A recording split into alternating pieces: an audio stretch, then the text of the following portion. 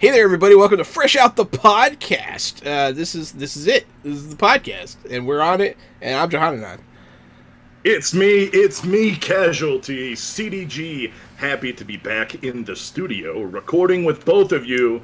Happy to be here for Fresh Out the Podcast. I'm a retired child crimes and human trafficking detective, turned tabletop titan and improv comedian. I'm Drew Munhausen, and boy, I must say, it is a good weekend for somebody who is the self-proclaimed media and movie mastermind, as there is a lot of media and there is a lot of movie news out there, because San Diego Comic-Con is actually going on right now. Actually, at the moment we're recording, the Marvel panel in Hall H at San Diego Comic-Con is still kind of going on. I think it was supposed to end like 20 minutes ago. I think it's still wrapping up. I'm looking at the Marvel feed right now. They just released, like literally a minute ago, released the trailer for Wakanda Forever. So there you go. So we'll probably watch that here in a little bit in real time. We'll react to. Oh yeah, I see it now on the feed. So we'll watch that here in a bit. Do you want to watch it right now? Let's get into it first, so that people don't go anywhere.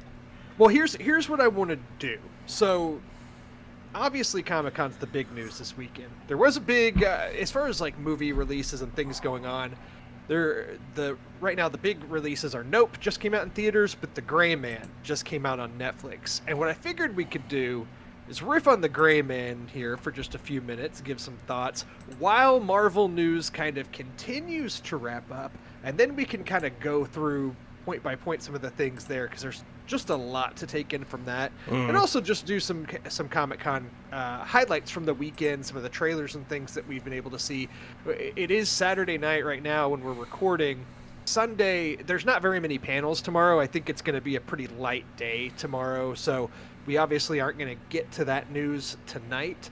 I think they just have some FX panels, so they'll be talking about like what we do in the shadows and Mayans and things like that. We were talking about what you do in the shadows a lot 2 nights ago.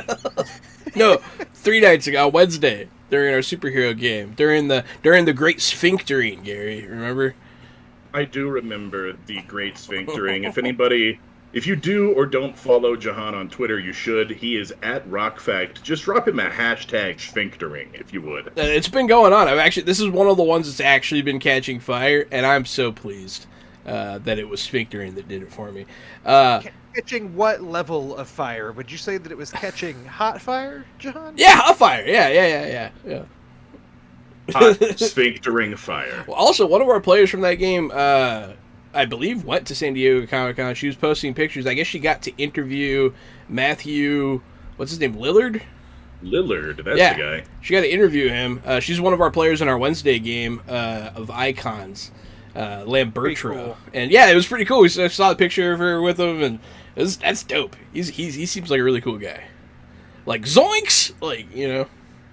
Oh wow, that's the one. That's the one. Yeah, let's keep that one. Keep it in. Keep it in. I'm just glad that's the movie. His entire career. That's the one that you know him for. Is Shaggy and Scooby-Doo. That's the one I love him for. That poor guy. I don't think he has any issue with it. So I started watching. The Gray Man. I didn't finish the Gray Man though. Did you not finish it because you were bored and turned it off, or was it a time commitment thing? It was a time commitment thing. Okay.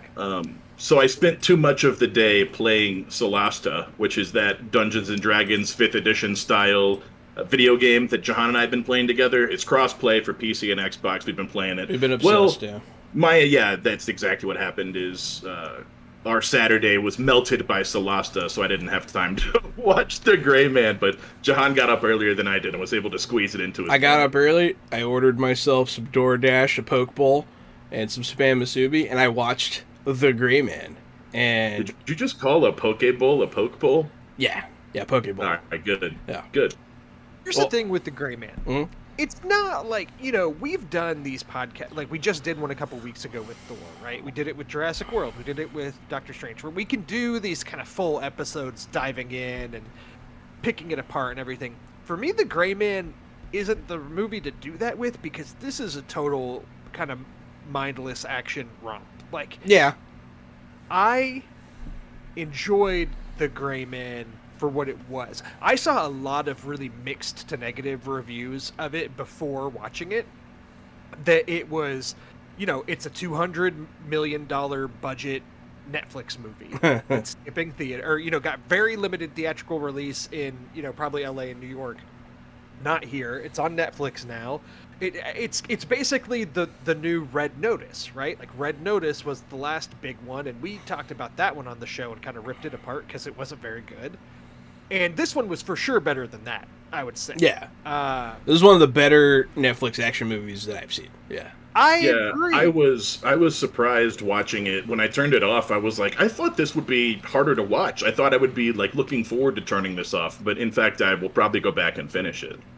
I'm really happy to see Ryan Gosling and Ana de Armas back together again.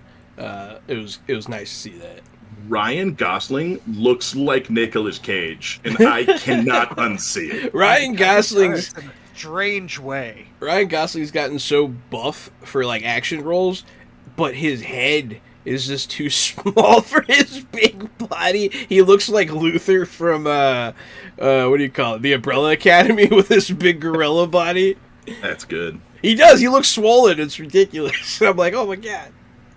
So it's worth noting, you know, that The Gray Man is directed by the Russo brothers. Mm-hmm. So, you know, the same guys that directed, Captain America Winter Soldier, Civil War, Avengers Infinity War, Avengers Endgame. So this is another big budget action movie from them, but away from the MCU. And I thought that there were, of the action scenes in it, some of them had some really good ideas, and there were some cool things in them. But I thought that a lot of the action scenes within it have been done better by other movies, but it was kept afloat by, there was still enough creativity and new things in it to still keep it interesting. You can tell that these are guys that come from a history of working in the MCU, because when you get spoiled by movies like Top Gun Maverick that use practical effects and real flights and real things like that, you know, they're shut your real mouth, planes, Drew. you know, when there's a plane action scene in The Gray Man, it ends with him falling out of a plane and whatever, that was just a bunch of CGI garbage that didn't look good. And even like, I don't know if you all saw Uncharted earlier this year, based on the video game. I couldn't pick that one up. I couldn't pick it up. It's okay. It's not very good, but there isn't a plane action scene in that movie as well. But I've seen behind the scenes things of how they filmed some of it, and they actually did some midair stunts, or at least in a studio hanging from a wire, you know, things like that made it look real, or there were some parts of it that looked cool. And like, there's just this scene in this movie that stuck out to me in The Gray Man, where Ryan Gosling's just a CG blob in the sky, you know, falling and stuff like that. I'm kind of rolling my eyes at. I'm like, this is the MCU stuff leaking over, just over reliance on CG. That's just an example. There are some other action scenes that look better, but there's still some obvious green screen things here and yada yada. But that's getting nitpicky. Some of the action definitely looks a little cheesy, but hey, it's a cheesy action movie. Some of the action sequences get way out of hand to the point where I'm like, I don't believe that any government would allow things to get that bad before intervening. Right. There's a few of those, and I'm like, come on, man, like that's too much. Like, oh man, like the tram scene starts off really good, but it goes so far. I'm like, dude, there's no way you would get away with that. You would never get away with that. To your point, like I saw a tweet that made me laugh because it's so true. Where Ana de Armas starts off. When she's assisting him later on in the movie, starts off by shooting someone with a tranquilizer, but by the end of the movie, is using like a giant bazooka that's the same size as her. Yeah, and it's just like, how did we get here? How did we get to this point? But what do you expect from a big budget spy action movie? Why not? So I actually liked Ryan Gosling a lot in this. I thought Chris Evans did a great job as the villain. I thought he did a really good job. I thought it was like a top tier performance on his part. It was really funny when he said, "Get that Ken doll," about Ryan Gosling, because Ryan Gosling plays Ken. That's a funny one. And then, as always, any movie that has Ana de Armas, like she just kind of, like any scene she's in is just the best. She's always so good. I think that she's really coming along as like this action star. Because I think she's much character development in this, but I'm with you. I like her a lot, and I think she's just enjoyable to watch regardless. There's something about her. And yeah, and talking about Chris Evans, obviously a guy who was playing Captain America for 10 years and is trying to break the mold and do, I think, have a little more fun. He was a great Captain America. I really did love him in that role, but I mean, Cap is Cap, right? There's only so much you can do being the ultra good guy, and so you can tell he enjoys to chew the scenery and be the bad guy and have a bad mustache and do all that, and and I don't blame him. That's fine. You did your time. Spectacular mustache. You did your time as the hero. Have fun playing a villain. Why not? Gary, in the bit that you saw, are you in line with us? Obviously, you can't give a full review, but just initial thoughts. Right, I did want to say, I appreciated the straight into the action. I mean, I was painting a miniature and the movie started, and I looked up and I was like, oh, he's in prison. And then Billy Bob Thornton walked up and was like, you're not in prison anymore. You work for the CIA. And was like, bam, bam. And all of a sudden, action was starting. It was good to get, straight into, like, New Year's Eve ball. He's stabbing people in the neck, like, in scene number 1, jumps out of a window and has a fight on a fireworks platform attached to a skyscraper. That is a really strong opening scene for an action movie. So, like, with that being said, this is it definitely started off to me much better than Red Notice. I'm interested to go back and finish watching Gray Man. But also, it's not something where, my socks were knocked off and I'm saying that Ryan Gosling needs to be the next Bond or superhero or he's a superstar. It's just a fun action movie, and I'm a huge fan of like the Transporter series and trash action. I just love trash action. So I think I'm gonna like it when I get done with it. I like Gosling a lot because he can be a great actor when he wants to be, but he can also, he's got the good looks and whatever to be an action leading man like this too. And he's been away from the screen for 4 years. The last movie he was in that was released was First Man, which is the kind of the Neil Armstrong biopic that he was in a few years ago, and I think got an Oscar nomination for. I missed that one. He's been away, taking some. Yeah, that was not long after Blade Runner 2049 came out, which I love. I love that movie. That's what I was gonna say. Ryan and Anna in Blade Runner, that movie. I loved that movie. It's such a hard. Both movies where Gosling's a man of a few words. And talks a little bit more in this one. I actually almost completely forgot that Ana de Armas was in Blade Runner. She's really good in that movie too. I'll never forget her. It drives my life. He reminds me of Jake Gyllenhaal, and I mean that in a good way. I like them both. I think they both have that leading man star. They're a good actor. They're also an action guy. To me, they're pretty interchangeable, and I like them both. I think they have the action chops and the acting chops you need to be a leading man, as opposed to somebody like Chris Pratt, who I think just doesn't have what those guys bring to the table. I like Ryan Gosling a lot more than Chris Pratt. Yeah. I don't like Chris Pratt. Well. And Jake Gyllenhaal, for that matter, I like. Yeah, and that's, maybe Chris Pratt's comedic timing is better, but I like those other two guys a lot. I like Gosling. He just reminds me of Gyllenhaal, but that's a good thing in my eyes. I think that another interesting parallel between Gyllenhaal and Gosling are that they are two guys that I think are very hesitant to lean fully into the franchise world right now, which, we're obviously, Hollywood's very franchise driven at the moment. That's nothing new, but, I think Jake got kind of screwed when he tried to jump into one and did the Prince of Persia movie back in the day, if you even remember that, which was a Disney film. Drew. I remember that. And it unfortunately bombed and wasn't very good.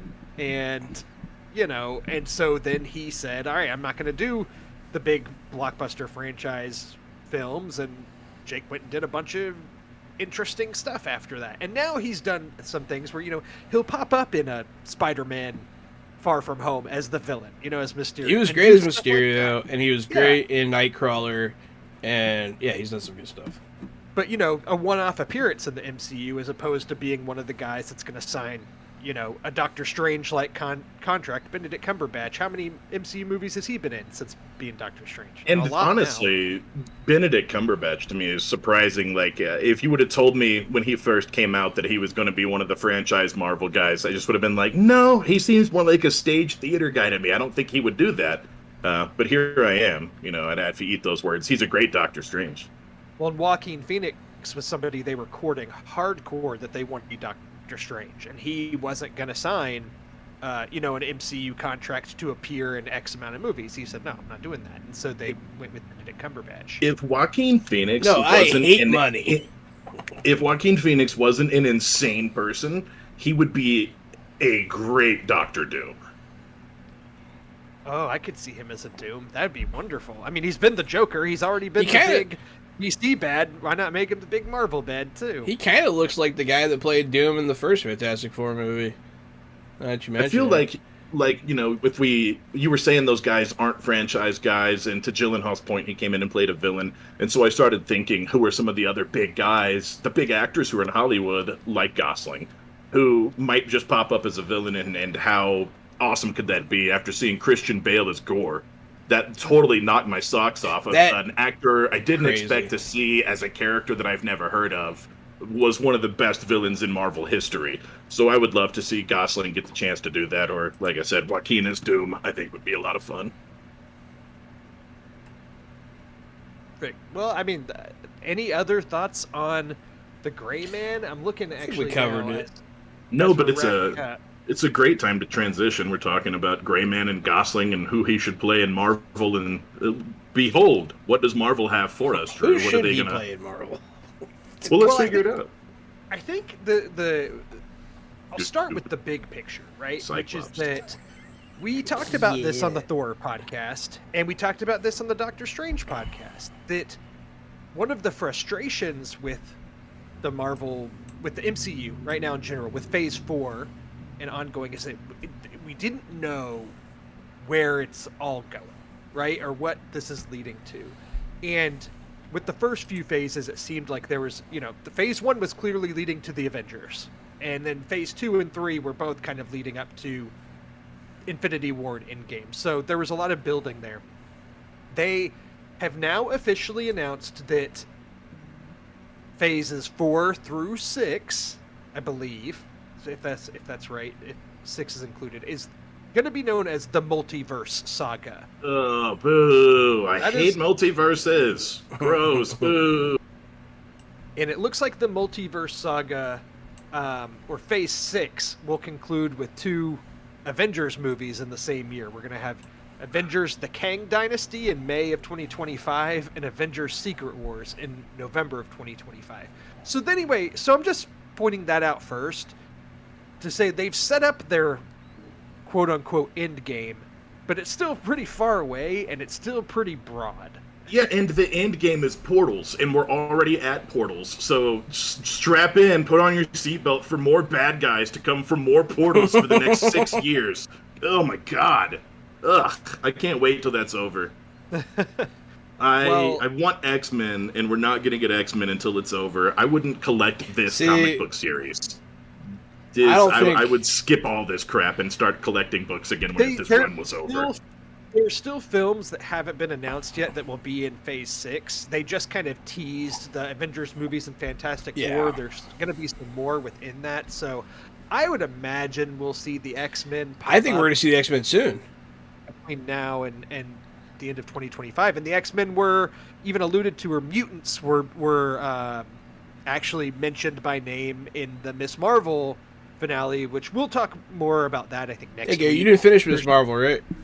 I watched the first 2 episodes and then the last one. Oh, you watched the last one. Okay. So you did see that we probably will be getting some X-Men action soon. I did see that. Yeah. Well, they've at least talked about mutants. Whether or not that means we'll get X-Men action, we'll see. But they said the word. They also played the theme song.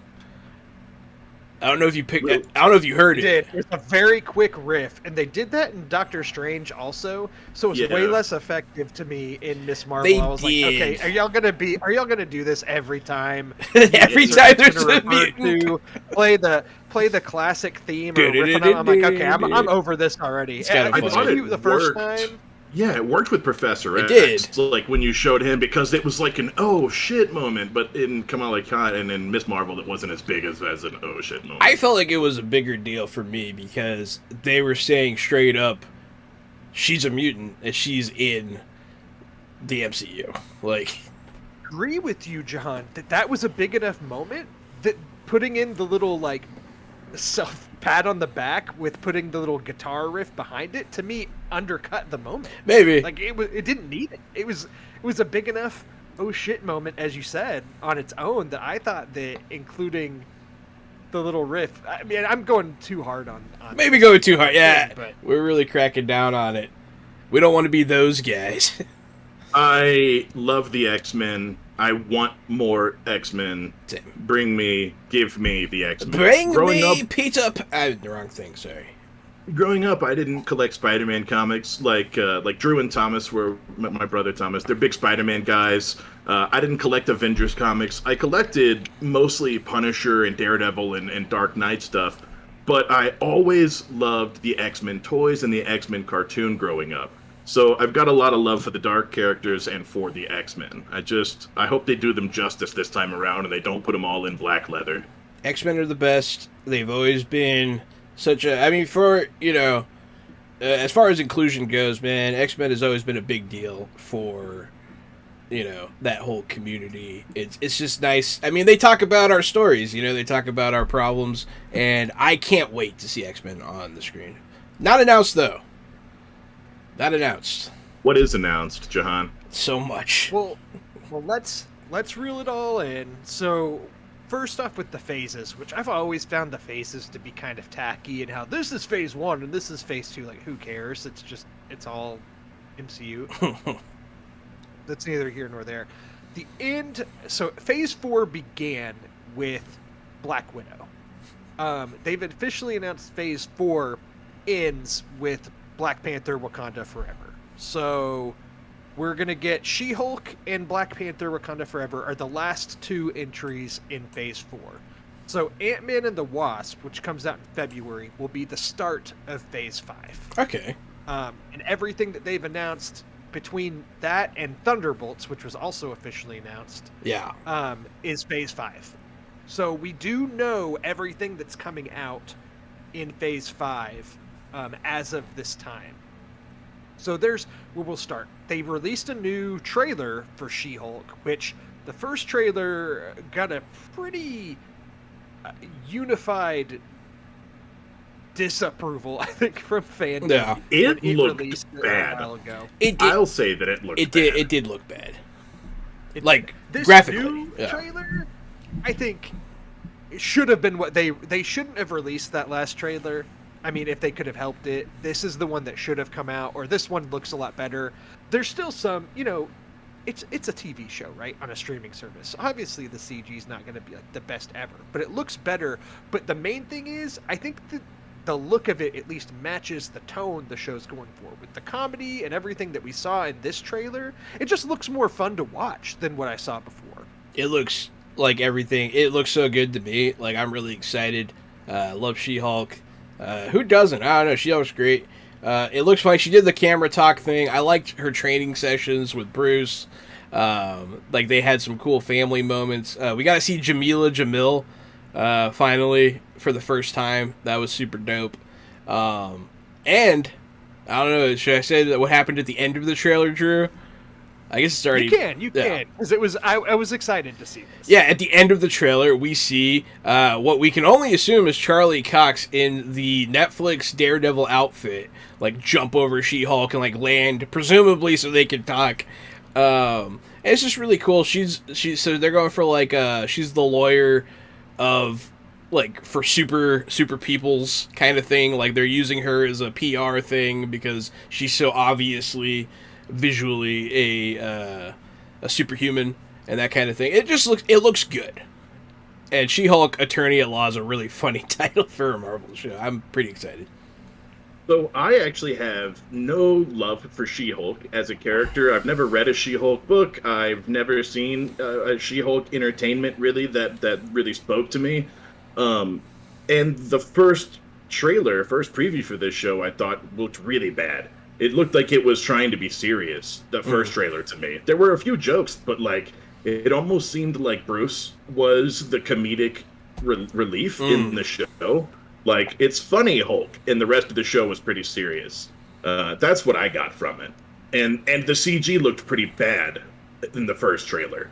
This second trailer looks like way more fun. I agree. The training sessions looked really funny. They looked like a lot of fun. It looks like she's getting control of her Hulk powers pretty quick with his guidance, so we don't have to deal with a whole lot of the running around Hulk rage. We get to deal more with her actual story, which, tying in all those different superheroes, the court cases they're in, I think lends to a lot of fun stuff and some fun throwaway lines. We see the Sorcerer Supreme show up. And so that's, another fun tie-in. It looks like there are going to be more character tie-ins and bleed over in She-Hulk than we've seen in the past couple of Marvel movies since Spider-Man, Thor, and Doctor Strange. Very much. It looks so. like She-Hulk is more part of Miss Marvel and Moon Knight were very self-contained and didn't have. Yes. Yeah. Miss Marvel had one small one at the very end, but She-Hulk seems to be right in the center of that Marvel universe, and it's going to tie us to some characters again. And I think it's going to bring us back to where I want to be. It's going to put our feet on the ground and let us see what's going on in Marvel. See, that's really well put, because, yeah, you're right. It does feel centered in the MCU. Like, it's not just touching it, it's all around it, constantly affected by it. And also, like, we see a lot of variety of different, possibly, like, heroes and villains and superhumans, like, sitting in booking and stuff like that. We see a lot of that. And so, like, I think that they're going to really flesh out, like, minor characters, like, be like, here's all these, like, minor throwouts and stuff like that. And I think that's kind of cool, too. Could you imagine in the alternate universe where James Gunn has control of that show and gets to do all the minor characters that are arrested and the crimes they're arrested for? The master of minor characters, James Gunn. Either way, I'm looking forward to She-Hulk. Like I said, the character to me, I have no attachment to the character. I couldn't give a damn less. But the show does look good, and I'm excited for it now. I remember we had, this is definitely too much information, but there was a She-Hulk action figure when I was growing up that I had a crush on, so, she was pretty. Then You're moving welcome. away from it was a perfect time to transition. That's why they call me the moving away- Segway Master. So I think the other big thing is the end of Phase 4 is going to be Black Panther: Wakanda Forever, which, as we said at the top of the show, the trailer dropped while we had already been recording. So none of us have actually watched it yet. Do we want to take this time to go ahead and watch the trailer with each other and live react to it and talk a little bit about it? Yeah. And if so, what's the best way to do it? Do we just all on our own? Yeah, we can all on our own do it. I'm not going to be listening. I'll be watching subtitles because if I play the sound, they'll be able to hear it. But, yeah, we can just watch it. You ready? Okay. And obviously, we'll be watching this. Feel free to say your thoughts as things are happening. Absolutely. I've got it pulled up on the YouTubes Who's right that? now. Is that Nyong'o? Right there? Wait. Did you already start it? We haven't started it. We haven't started it. All right. I started it. Yeah, I'm 20 seconds in. Oh, Drew, you're behind. Dude. Okay. Yeah. More Wakanda. Looks like, yeah, Queen sitting in the throne. Very cool. Was wondering who was in charge.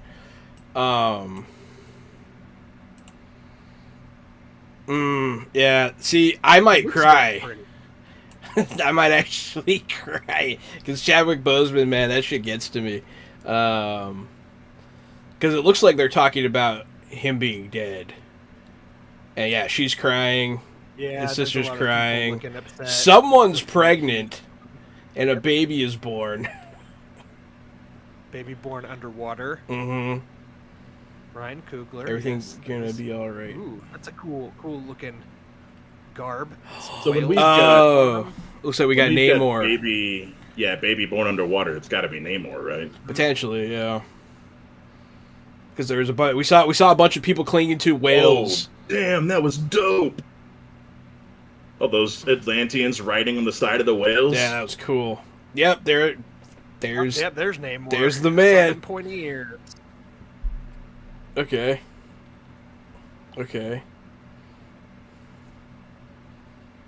They're the United Nations. Yeah, there's a big. I'm right where you are, John. There's a mural. We just got an Ironheart reference. There's literally an Ironheart that's so hammered out of. She introduced him in this. I guess apparently, yeah. That's what I'm hearing. Oh man. Oh, yeah, Namor looks cool. There's a lot of crying. There's a lot of cool action sequences. Oh. Someone was Black Panther. All they showed was the costume from the back and the claws being empty. Comes out in November. So. November. Okay. Wait, go back. Yeah, seeing Chadwick Boseman's mural on the wall is trying to pause on the. I did not really care for the first Black Panther. Mm-hmm. I love and I'm indifferent on the second one. I'll go see Wakanda Forever because of course I will because I'm a movie Marvel nerd all day. But that didn't watch get it me again separately because I thought I was gonna get a little bit more like plot from this. Which I mean we did a bit. I mean, there's obviously a lot going on here. There's a lot going on between Namor's people. It looks like that's going to be way bigger part of it than I thought it would be. But definitely looks like they are grieving the loss of Chadwick Boseman of Black Panther. Yeah, it's so sad, man. It's just so sad. But what are you gonna do? It looks like they're handling it the right way, though. It doesn't look like they're replacing him, because that would be just a straight kick in the teeth. I don't think anyone would be okay with that. But no, I love Black Panther, and this looks good. I'm pretty psyched for it. Namor, I'm a little lukewarm on, but we're getting a lot of the references that I'm looking forward to, like Ironheart. I'm looking forward to seeing who picks up the mantle and who rules Wakanda and all that stuff. So, I like Namor as a villain. I think he's a great villain.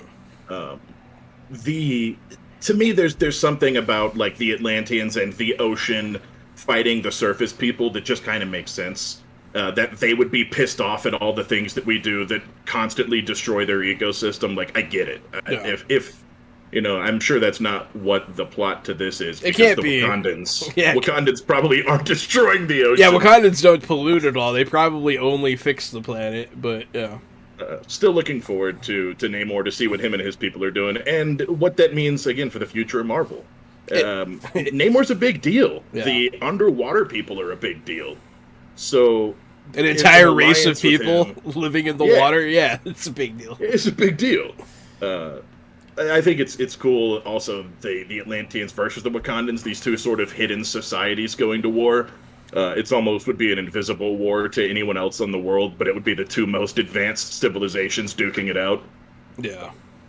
This could be cool. Wakanda Forever looks all right. It's I'm more excited for She-Hulk. Yeah, it's tough. It's just when you're watching it live like this, it's a lot to take in. I thought there's some really pretty shots in the trailer. I'm still gonna have to find out more. I need to know. Just need to know more. I guess that's the greedy fan in me. I need more. You'll have all you need in November, yeah.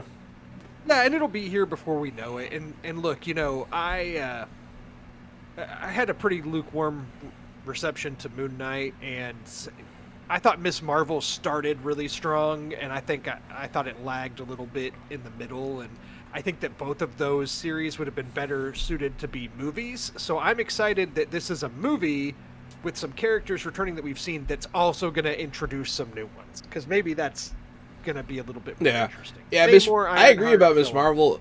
I love the beginning. It sags in the middle. It gets really good at the end, I think. And when the scene where she runs across like traffic in her suit for the first time is just one of my favorite scenes in anything. It's so cool. So, okay. So we talked a little bit of Black Panther. Excuse me, can't talk. Black Panther. Black Panther. Everyone, Black hit up Panther. Drew with Oh, hashtag. boy. Oh boy! Black Panther.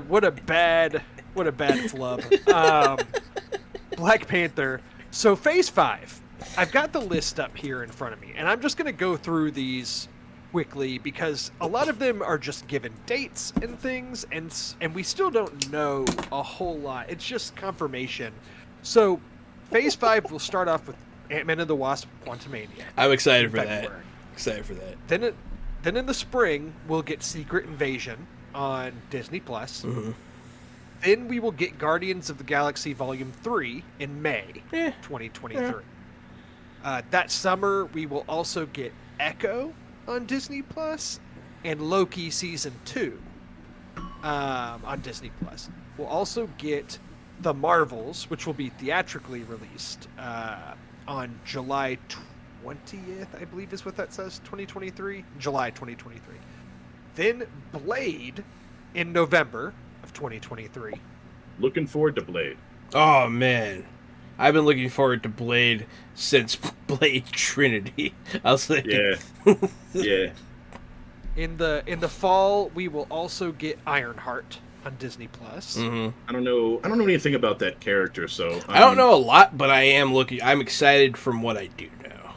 Looking forward to trailers on that one because I don't know how to feel about it. We'll get. This is the one that I'm like, why are you guys doing this? In winter of 2023, it looks like it'll bleed over into 2024.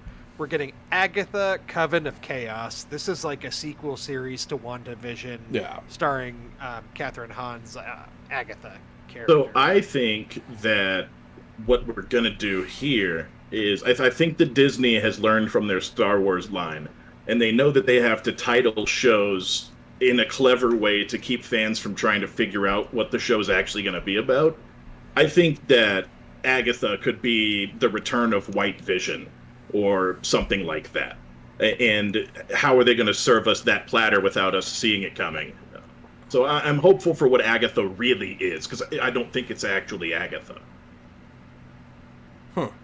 And I hope that's the case. I think that they've got to do something there to make me watch it. Yeah, I don't really know just from the title what to and premise expect. alone, I'm not interested. I imagine some heavy Scarlet Witch involvement. I don't know. I mean, I kind of got the impression from the ending of Doctor Strange and the Multiverse of Madness that Elizabeth Olsen might be done. Maybe. I mean, but we'll see. We'll we'll see. And so the other big one, spring 2024 on Disney Plus, we'll get Daredevil Born Again. Yeah. Which is confirmed to have Charlie Cox as Daredevil and Vincent D'Onofrio returning as Kingpin. And I do think that Echo is going to lead us right into Daredevil as far as the storylines are concerned. Almost definitely. I think that's probably a safe bet. It's a fair bet, yeah. And the last entry into Phase 5 in May of 2024 will be Captain America New World Order. That title makes me think that movie's going to go off. Yeah, so this one was one of the ones where, like, my eyebrows went up, my head lifted, and I was like, what is this? What is this? Right, because Hulk Hogan will be there, and... They're going to have Kevin Nash, the ghost of Scott Hall. Uh-huh. What? They're all going to show up. Damn it.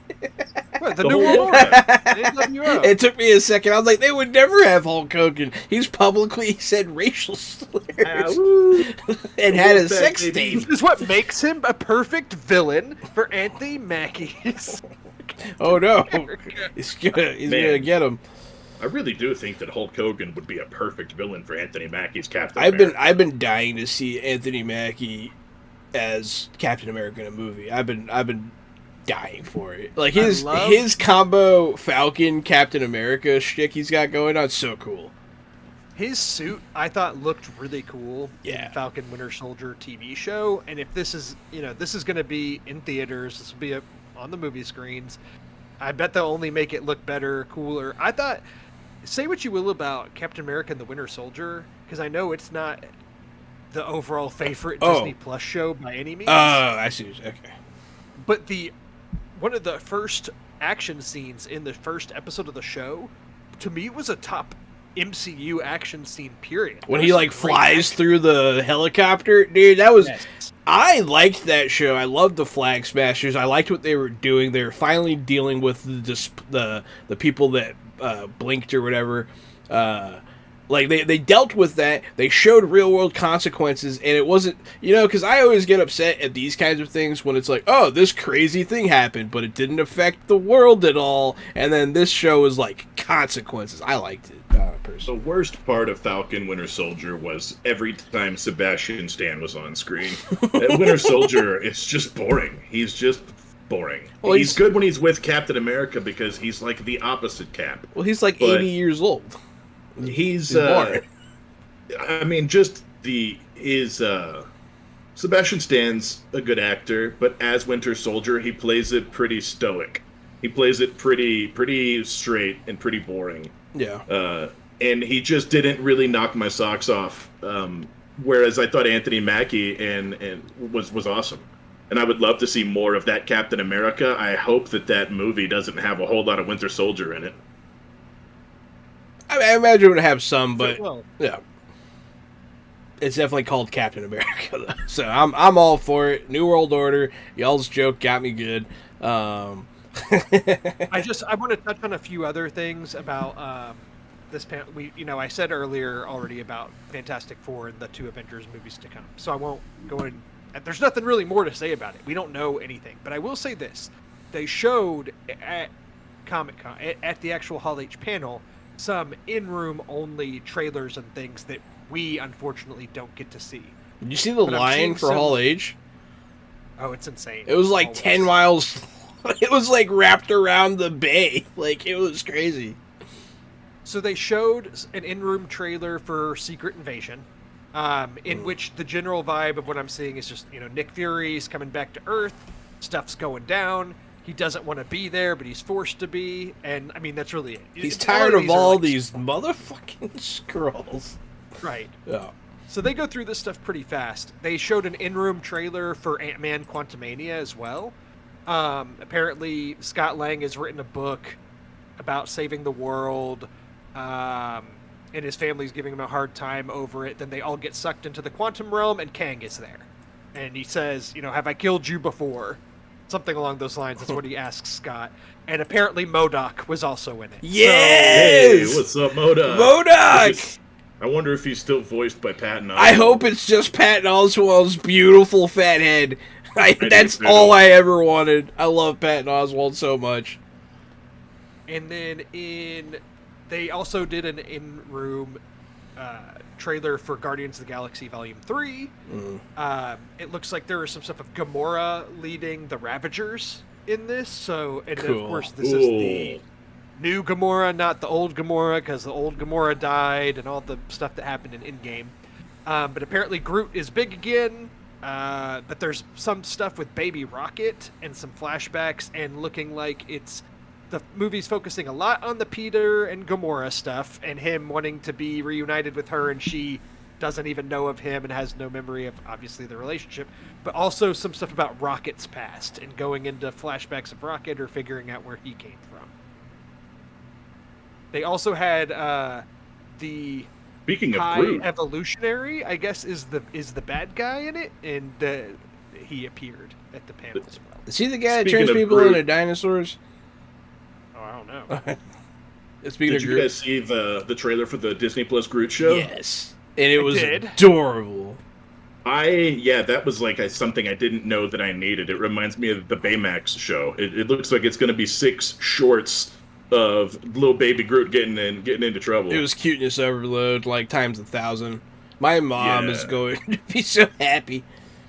Yeah, that made me want to die. It was so adorable. It was I'm way all too about that cute. baby shorts.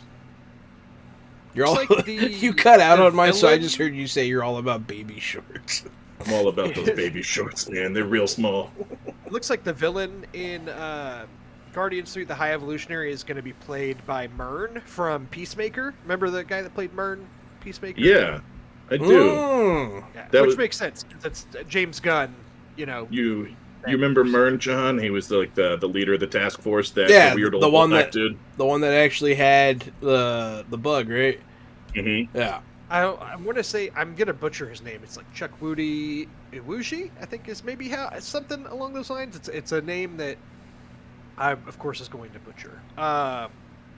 So let's see. It looks like that's all kind of the in-room stuff that they showed that we didn't get to see. I just wanted to comment on that. But that's Marvel. It's a ton of stuff, and I'm glad that they've maybe shed some light on where they're going here. Yeah. I don't know if it gets me, like, I'm not like super pumped. There's just a lot. I'm I didn't pretty mention pumped. Thunderbolts. That wasn't on that timeline that I looked at, but Phase 5 ends with Thunderbolts, which I assume is going to be the team that Julia Louis-Dreyfus has been setting up in some of these movies already, like Yelena and the U.S. agent, and some of those characters are going to get pulled in. That's my assumption. Racist Cap? We're getting some more Racist Cap back? I think so. Is Racist Cap's name U.S. Agent? Yeah. Yes. All right, cool. I'm glad I know. His name now. Mm. The only agent I want to see is freaking Agent Venom. That's the only agent I want to Yes. see. Oh my God. I want Agent Venom Agent- to just be all over me. So just from head to toe, so just dripping good. in Agent Venom. They have all these characters that are top tier that they don't use, and like I know Sony has like Venom stuff, but come on. Worth noting, Thunderbolts will be a theatrical release, July 2024. I assumed. It sounds like Yeah. movie quality. You can't do Thunderbolts on a limit. You know, you need budget for Thunderbolts. I don't know who else is on that team. Never collected Thunderbolts books. A lot of people But if have it's- been on it. If it's Red just Hulk was always U.S. on it. Agent and Yelena, then I'm not super excited for that. No, there's way more people. Typically in the past, Red Hulk was always part of it, but just unfortunately, well, I believe it was William Hurt portrayed him in the movies, and he just recently passed away back in March. So I don't, because General Thunderbolt Ross is Red Right. Hulk, and so I don't know if they'll recast him or what. But I would imagine you get Red Hulk, you get U.S. Agent as kind of your is your Captain America stand-in. Yelena's your Black Widow stand-in. You've got your Hulk, and then you just need a few others. And I'm sure they'll that doesn't come out until summer 2024. So we've got plenty in between now and then. If they can find some way to introduce Red Hulk in the next 2 years, I could get behind that. That could be pretty cool. Yeah. No, I mean I think they can put pretty much any villain that they're going to be using in there, so it could be cool. Are the Thunderbolts like anti-heroes, or are they just villains that are working for the government? I think they're like Suicide Squad style. Deadpool has been in Thunderbolts in the past, and they have said Marvel is bringing back Ryan Reynolds, and which interesting that wasn't mentioned at the panel, and even though that movie has a director and everything, they're probably going to drop Punisher. They're probably going to drop Punisher, Elektra. If they brought Ryan Reynolds in, I think that would give them the star power they need to release that movie as a summer blockbuster with Deadpool and Yelena and U.S. Agent. I think that's enough big names. It's enough. There were a couple other like Marvel announcements. Didn't really have a lot with them, but I think they're doing what they said. So they were already doing What If Season 2, but they confirmed Season 3. Right? They did a Marvel animation panel yesterday, and so that's where this news came out. Yeah, they had What If Season 2, Marvel Zombies. They confirmed Marvel Zombies will have all the blood and gore that you expect from a zombie show, which was good to hear.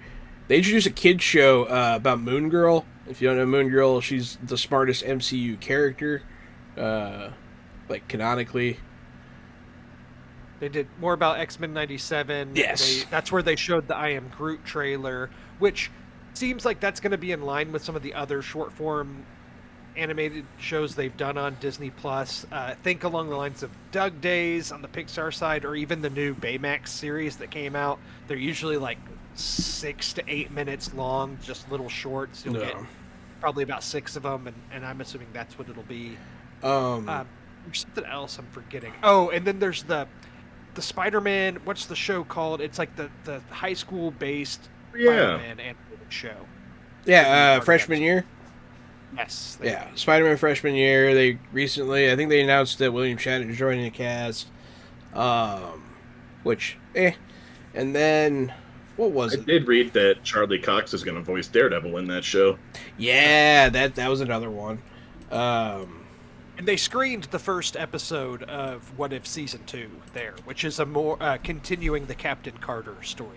Oh, that's really cool. I liked the way hers ended because she flew through a Cthulhu portal with a sword and shield, and I want to see how that turns out. That was really cool. But yeah, the other thing... I think it introduces her Winter Soldier opponent or something of the sort. Interesting. Yeah, no, Damn, I keep forgetting as I'm about to say it. Never mind. Oh yeah, X-Men. The X-Men show, they announced like the crew. I was kind of lackluster on the crew because it was just like those are the X-Men, like Storm, Beast, there was Jubilee. Nobody new or no one's surprising.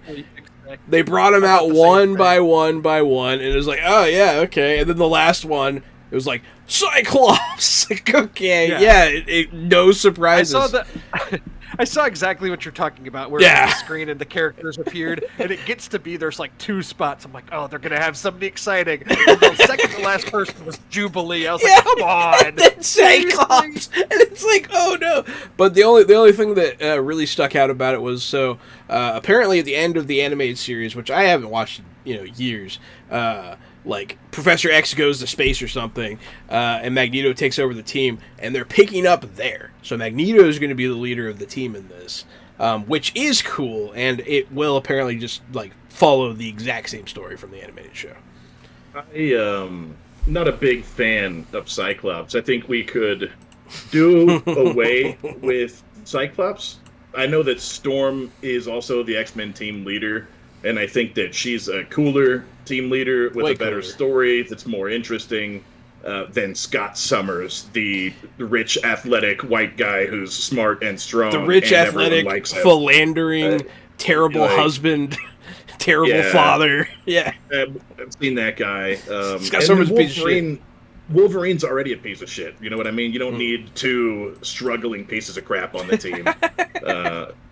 So I think you could have done away with Cyclops and Jubilee and given us some interesting characters. Storm is a way better team leader. Mohawk Storm. Yeah, hell yeah, Mohawk Storm.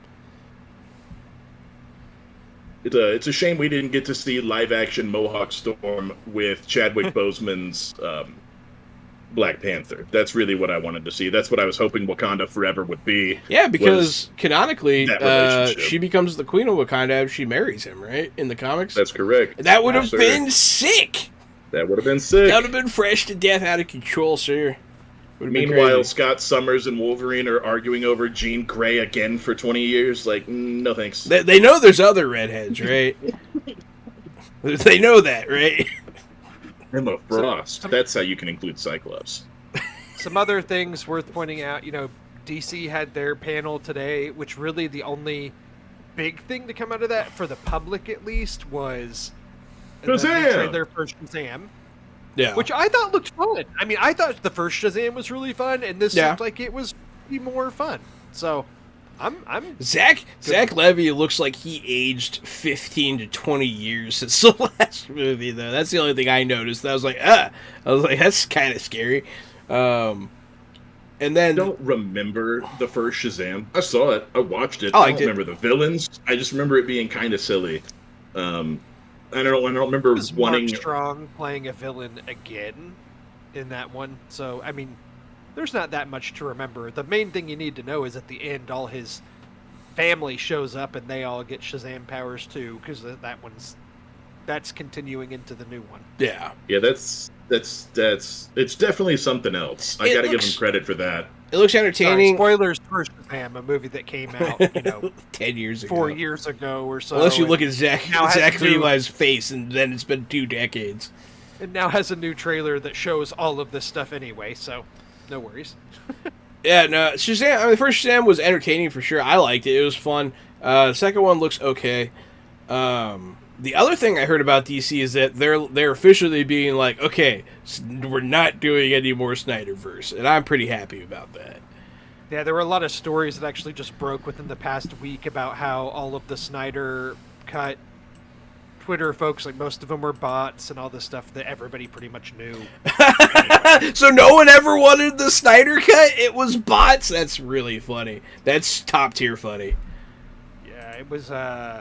most of the campaign backing the Snyder Cut was bots. So that's and that makes a lot of sense, because all of those movies are bottom of the barrel garbage. Rolling Stone is actually the one that broke it, but it was exclusive. Their headline: exclusive. Fake accounts fueled the Snyder Cut online army. A Warner Media report reveals that bots and other inauthentic users bolstered the fan-led campaign for director Zack Snyder's Justice League do-over. So there you have it. Good. That tracks, because all of those movies are bad, and when it came out, everyone was like, you gotta watch the 6-hour version. And I was like, no, I do not have to watch the 6-hour version. And now I feel justified. Me too. I never watched the Snyder Cut, because how could it be good? It was garbage. Yeah, it's just more of a really, really bad thing. You can't polish a turd and turn it into gold, man. You can't do it. If you bring me a plate from the kitchen that just has dog crap on it, and then you go back and you're like, no. You gotta just keep eating it. That's just not gonna make me like dog crap more. Stop serving us dog crap. Our boy James The Rock Johnson, aka Dwayne The Rock Johnson, did appear in Hall H dressed in his full Black Adam costume. And I guess they showed a new trailer for it in-house, but that hasn't been released online. I don't think they did really anything with the Flash or Aquaman at that. Looks like they were focusing on the new characters, which who knows what they're going to do with the Flash, but I don't think they touched on it at all. And then some other things to comment on. There's been a lot of trailers released. Jahan, I know you were sharing some with us about like some Walking Dead news, some things they went through there. I don't watch that show. Yeah. I know that there are some people that looks like they're happy that Rick and is it Michonne is the other popular character? Michonne? That they're getting their stories wrapped up. Yeah, so there was always like rumored since the episode like 3 seasons ago where Rick like disappeared or whatever. There's like he's coming back in a movie. They're doing a Walking Dead movie. They're not doing a Walking Dead movie. They're doing this Rick Grimes and Michonne show instead. Also, they announced, and there is a trailer for Tales of the Walking Dead, which I think is supposed to be 6 like stories about the Walking Dead. The pets of the survivors. That's why it's called Tales. That'd be awful. No, it's like just 6 different. I think it's 6 like separate stories about all the different groups. Like, I know one story was like Alpha and her daughter. I think before they like formed the Whisperers. And then there were some people I didn't recognize at all. I know Terry Crews was there. Terry Crews is in this. So really excited about that. Walking Dead hasn't been the best the past few seasons, but I've hung in there, and I'm gonna finish it. So they're doing it for you, John. They're doing it for me. I'm doing it for them. I feel at this point they should appreciate me more. I do want to talk about the Dungeons and Dragons movie that finally debuted its trailer, which obviously y'all do. Was met with absolute disdain by the Dungeons and Dragons community. Which is hilarious, because I'm not in tune with what they're thinking. I thought it was a great trailer. I thought it looked super fun. Well, obviously, you don't know. Oh, no. First and Don't foremost, do this to me. Don't be this foremost, let's let the owl bear out of the bag. Yeah, probably. Yeah, druids can't become owlbears. Who Why? cares? Why, Drew? Why can't they? Because they can't turn, because an owl bear is a monstrosity, and druids can only turn into natural. I actually don't care. I actually thought it looked really cool. Yeah, but pump the brakes, because everybody had a tissy fit about it. They did. But also, druids can cast polymorph, and they can also druids can cast polymorph. Yes. Yeah, they can turn into anything in the entire book. So I don't know what happened. I don't know why everybody cried. It's probably because they're a bunch of fat losers. Jahan and I play tabletop games. You know what I mean? We're like big D&D guys. I just told you we spent all day playing Solasta. We stayed up last night till like 2. We played all day today until right before the stream. Like, look, I'm not trying to crap on D&D fans. I'm trying to crap on fat idiot assholes. Yeah, you're definitely getting the bad fans on this for sure. Yep. It's such, like, you have to play the game to know that at all. You have to, like, know the rules to know that at all. You have to know the rules for Druid to know that at all. And plus, you also have to not know the rules because, like Gary said, Druids can cast polymorph, which doesn't necessarily work the way it did on screen, but hey, it's not that. It's a Dungeons and Dragons movie. It's fantasy. There's magic. You can't, it's just ridiculous. So, besides the were all the D&D. Yeah, I want to know what else the D&D fanboys were mad about. Please tell me so I can laugh at them. There were some other things. I thought it was weird that the bard was self-conscious about his lute playing because, like, that's what they do. It was kind of funny, though. I liked Michelle Rodriguez. I thought that was... I did not. Oh my god, that's the dumbest thing. What do you mean that you're excited? That's like, she was not even tough in 1999 when she was in a Fast and the Furious movie. What? Now she's like 50, and she's supposed to be the barbarian? She's a barbarian! Get out of my face! She was born to play that role, Gary. Barbarians aren't 4'8". Yes? I'm with you on this. Absolutely. Absolutely. Michelle Rodriguez, insane. barbarian. This movie is going to be such a colossal piece of dog crap. Every Dungeons and Dragons movie ever made, live action has been terrible. Not true. The original Dungeons and Dragons movie was terrible. It was awful, irredeemable trash. The second Dungeons and Dragons movie, where they have to stop the awakening of the dragon that is being aided by the Lich. So bad. I thought that was a good one. I loved that movie. So bad. And then the Book of Vile Darkness movie, I thought was great. I loved it. I don't even know what to do with you right now. It was so good. Every single one of those movies is like a 3 out of 10 or worse. The second movie, the heroes of the realm gather to stop the destruction of the kingdom. Classic D&D. Fantastic. The warrior comes out of retirement and he has to lead this band. It's like you're not at all talking about the production value of the movie. The production value was No, it's awful. It's like worse than a sci-fi original. It was like a sci-fi original. I'm fine with that. You're just crazy. Terrible movies. Book of Vile Darkness after that with the Vermin Lord was fantastic, and the Shadark High chick that was a total babe. Point of fact, and the guy had to infiltrate the cult. He had to infiltrate the bad guys as a paladin and keep his paladinry secret so that he could investigate the Book of Vile Dark. All right, you know like what? You're really tied up on the storylines. You're not talking about any of the acting. None of the characters' names stick out because their performances are terrible. The acting, all right, the acting wasn't great. The production value wasn't great. Yeah, they're bad. Their directing is bad. The camera angles are bad. You can love them because you like fantasy, but they're objectively bad movies. They are objectively bad movies, but this I like them. New Dungeons and Dragons movie, to me, looks like another objectively bad movie. See? The characters look too clean. Their outfits look really cheesy. To me, there's a ton of times where the production value looks bad. The production value looks great in this where you can tell they spent the money on some of the dragons and stuff. Some of the stuff looks really good. Some of it looks really bad. I think it was silly. While I was watching that trailer, I couldn't help but think, after everything that Game of Thrones built up, when Daenerys' dragons flew over and murdered all of the people on the battlefield, it was such a terrifying, scary, awesome moment. Yeah. And then watching this trailer when the dragon flies over and scorches the battlefield, I didn't care at all. Yeah. This Dungeons and Dragons should be a series. You can never, ever talk about enough characters, enough side plot, enough storylines in one movie to make it feel like Dungeons and Dragons. You need to be juggling like 6 plots for 6 characters. Hey, you need the Lord of the Rings it. It needs to be a trilogy. Yeah. This is not it. This is not the movie. This is going to be bad. And then putting Led Zeppelin in the trailer was just like eye-rollingly.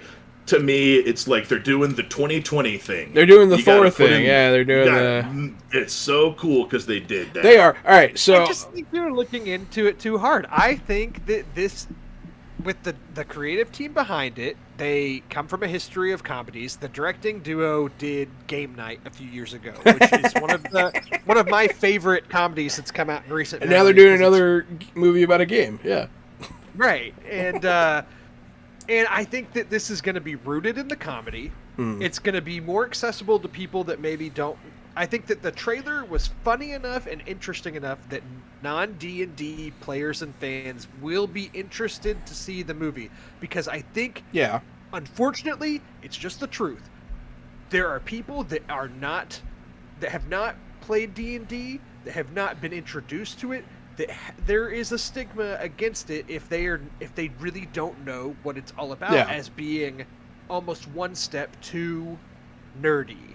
It is what it is, and this is going to be approachable for those people to see a movie that looks funny with Chris Pine and Hugh Grant and people they recognize making jokes, but I think it's going to have enough rooted in the real D&D lore or universe or gameplay or things. I mean, obviously we've already seen things in the trailer, like the owlbear thing we joked about. Yeah, that was funny. That was just joking. But I think there's going to be enough there to make fans of the game happy. People who don't care about the game have a good time seeing a movie with some effects and things that look all right and an overall funny storyline. I think that's what they're going for. I think that's what it'll be. It'll be a good time at the movie theater. Let me help bridge the gap, because I actually agree completely with both of you. Like, completely. This is definitely a big budget, like, cash grab using a known IP to fill in the cracks of an otherwise meh movie. Definitely a lot of star power. Absolutely. It reminds me of the World of Warcraft movie in that regard. A little bit, yeah. This looks much better. So, that movie blew so hard. It's going to take itself a lot less serious. Yeah. It does look better than the live-action World of Warcraft movie, but to me, not that much better. I actually think this looks like it's going to be really fun, entertaining as a movie. I think that the effects look great. I enjoy, you see Gelatinous Cube, you see a Mimic, you see the Displacer Beast, Owlbear, all classic Dungeons & Dragons movies. They use, like, all the ones that they owned that other fantasy games can't use. You know what I mean? Pretty cool. I like the cast. The cast is exciting. I think it's going to be good. But, yeah, it's always hard to watch something that, you were shunned for or, like, abused about enter new stages of mainstream. You know what I mean? It's always hard. Yeah. It's your baby. This is something that you've been playing for a long time. Yeah, and we did not get laid because of it. Yes, exactly. I never. Well, maybe when I was older. It does. I remember one of the first gifts Jenny ever got me. Before we even were dating, was like a metal D20 she got at a convention. So Dungeons and Dragons has always been a big part of my life. I think this looks good. There. Yeah. I've been there as a Marvel fan, and it's the thing that I liked, and comic books were nerdy, and now comic books and Marvel are the biggest franchise IP on the planet. It's the craziest thing. But I mean, there was a time when I was in junior high and I was pissed that Spider-Man in the movie was shooting webs directly from his wrist. I was so mad. I'm older, and I don't know if I'm necessarily wiser, but I'm past that stage of my life. Yeah. And, this is another new franchise IP that's going to be made for mass audiences. That's of course going to leave hardcore members of the fandom mad in some way or another. But I think this looks fun. I think it looks fun. The cast is great. I can't believe Hugh Grant's in this. So weird. But yeah, it definitely looks like a fun, awesome movie about Dungeons & Dragons, and I'm definitely going to watch it and probably like it. But it is also watching something you love get screwed in the butt by a Hollywood producer. It's definitely what I think we're being forced to watch. You know what I think's weird about American mainstream culture? It's not. It's too nerdy, right, to play D&D. It's viewed as a little too nerdy by some people. I completely agree. But in our culture, it's totally cool to go to someone's house and just sit around and just drink alcohol until everybody is faded as hell. And that's cool. That's a cool thing to do. But sitting around with your friends and telling a story together, you mean is not a cool thing to do. You mean sitting around and worshiping the devil, Gary? I will say this. I think that D&D right now maybe this is the news outlets I choose to follow and how my Twitter feed's set up and the things that I see, but I do feel like D&D right now is more mainstream than it's been in my lifetime. Ever. And I've seen a lot of people that do play it, and it's become a much more acceptable thing. More and more celebrities are doing it. But you know what I'm saying? Yeah. Yeah, and so what better time? I think even though the movie, I haven't even seen the old Dungeons and Dragons movie that came out however many years ago. Why would you? They're terrible. They're bad. But that was probably ahead of its time as far as the mass audiences too, and I think now's probably the right time if you are going to release a D&D titled movie starring Chris Pine, who's is a big star. I like Chris Pine. A lot of other big stars in it. And to me, Chris Pine's another one of those guys who's from the year 2000. Chris Pine's from 2000. Michelle Rodriguez is from 2000. Hugh Grant's from 2000. All these people are... The Trek reboot came out in 2009, Gary. Come on. The first one or the last one? Chris Pine became more mainstream. I loved all the Star Trek movies with them. I think they're doing a fourth one, which I would love. And then Justice Smith was awesome in Detective Pikachu. I do not like him in Jurassic World: Fallen Kingdom, though. He is a question mark for Take me. Him or leave him in there. Detective Pikachu. So he's that guy from Fallen Kingdom and Detective Pikachu. So you're reaching for some top. Yeah, what a great here. person to get to play a Dungeons and Dragons wizard. I was gonna say he's the lead in Detective Pikachu, but really, I guess Ryan Reynolds is the one that they put on the poster. Yeah, so. And it should have been Danny DeVito. Damn it. I think it's gonna be bad, but I will see it. And what I really want is Henry Cavill. Right? Is that who it is? I really want Henry Cavill to be able to make Warhammer happen. Dude, he's trying. I keep hearing stuff about him. He's been going to their headquarters a lot lately. I don't know, man. I don't like the way that this Dungeons and Dragons movie looks. I don't really like the aesthetic or the feel of it. I don't like what they're going for. I think to me, Lord of the Rings is a Dungeons and Dragons movie. That's exactly what it is. Dungeons and Dragons is based off of Lord of the Rings. So that's what the movie should look like. That's what it should feel like and be like.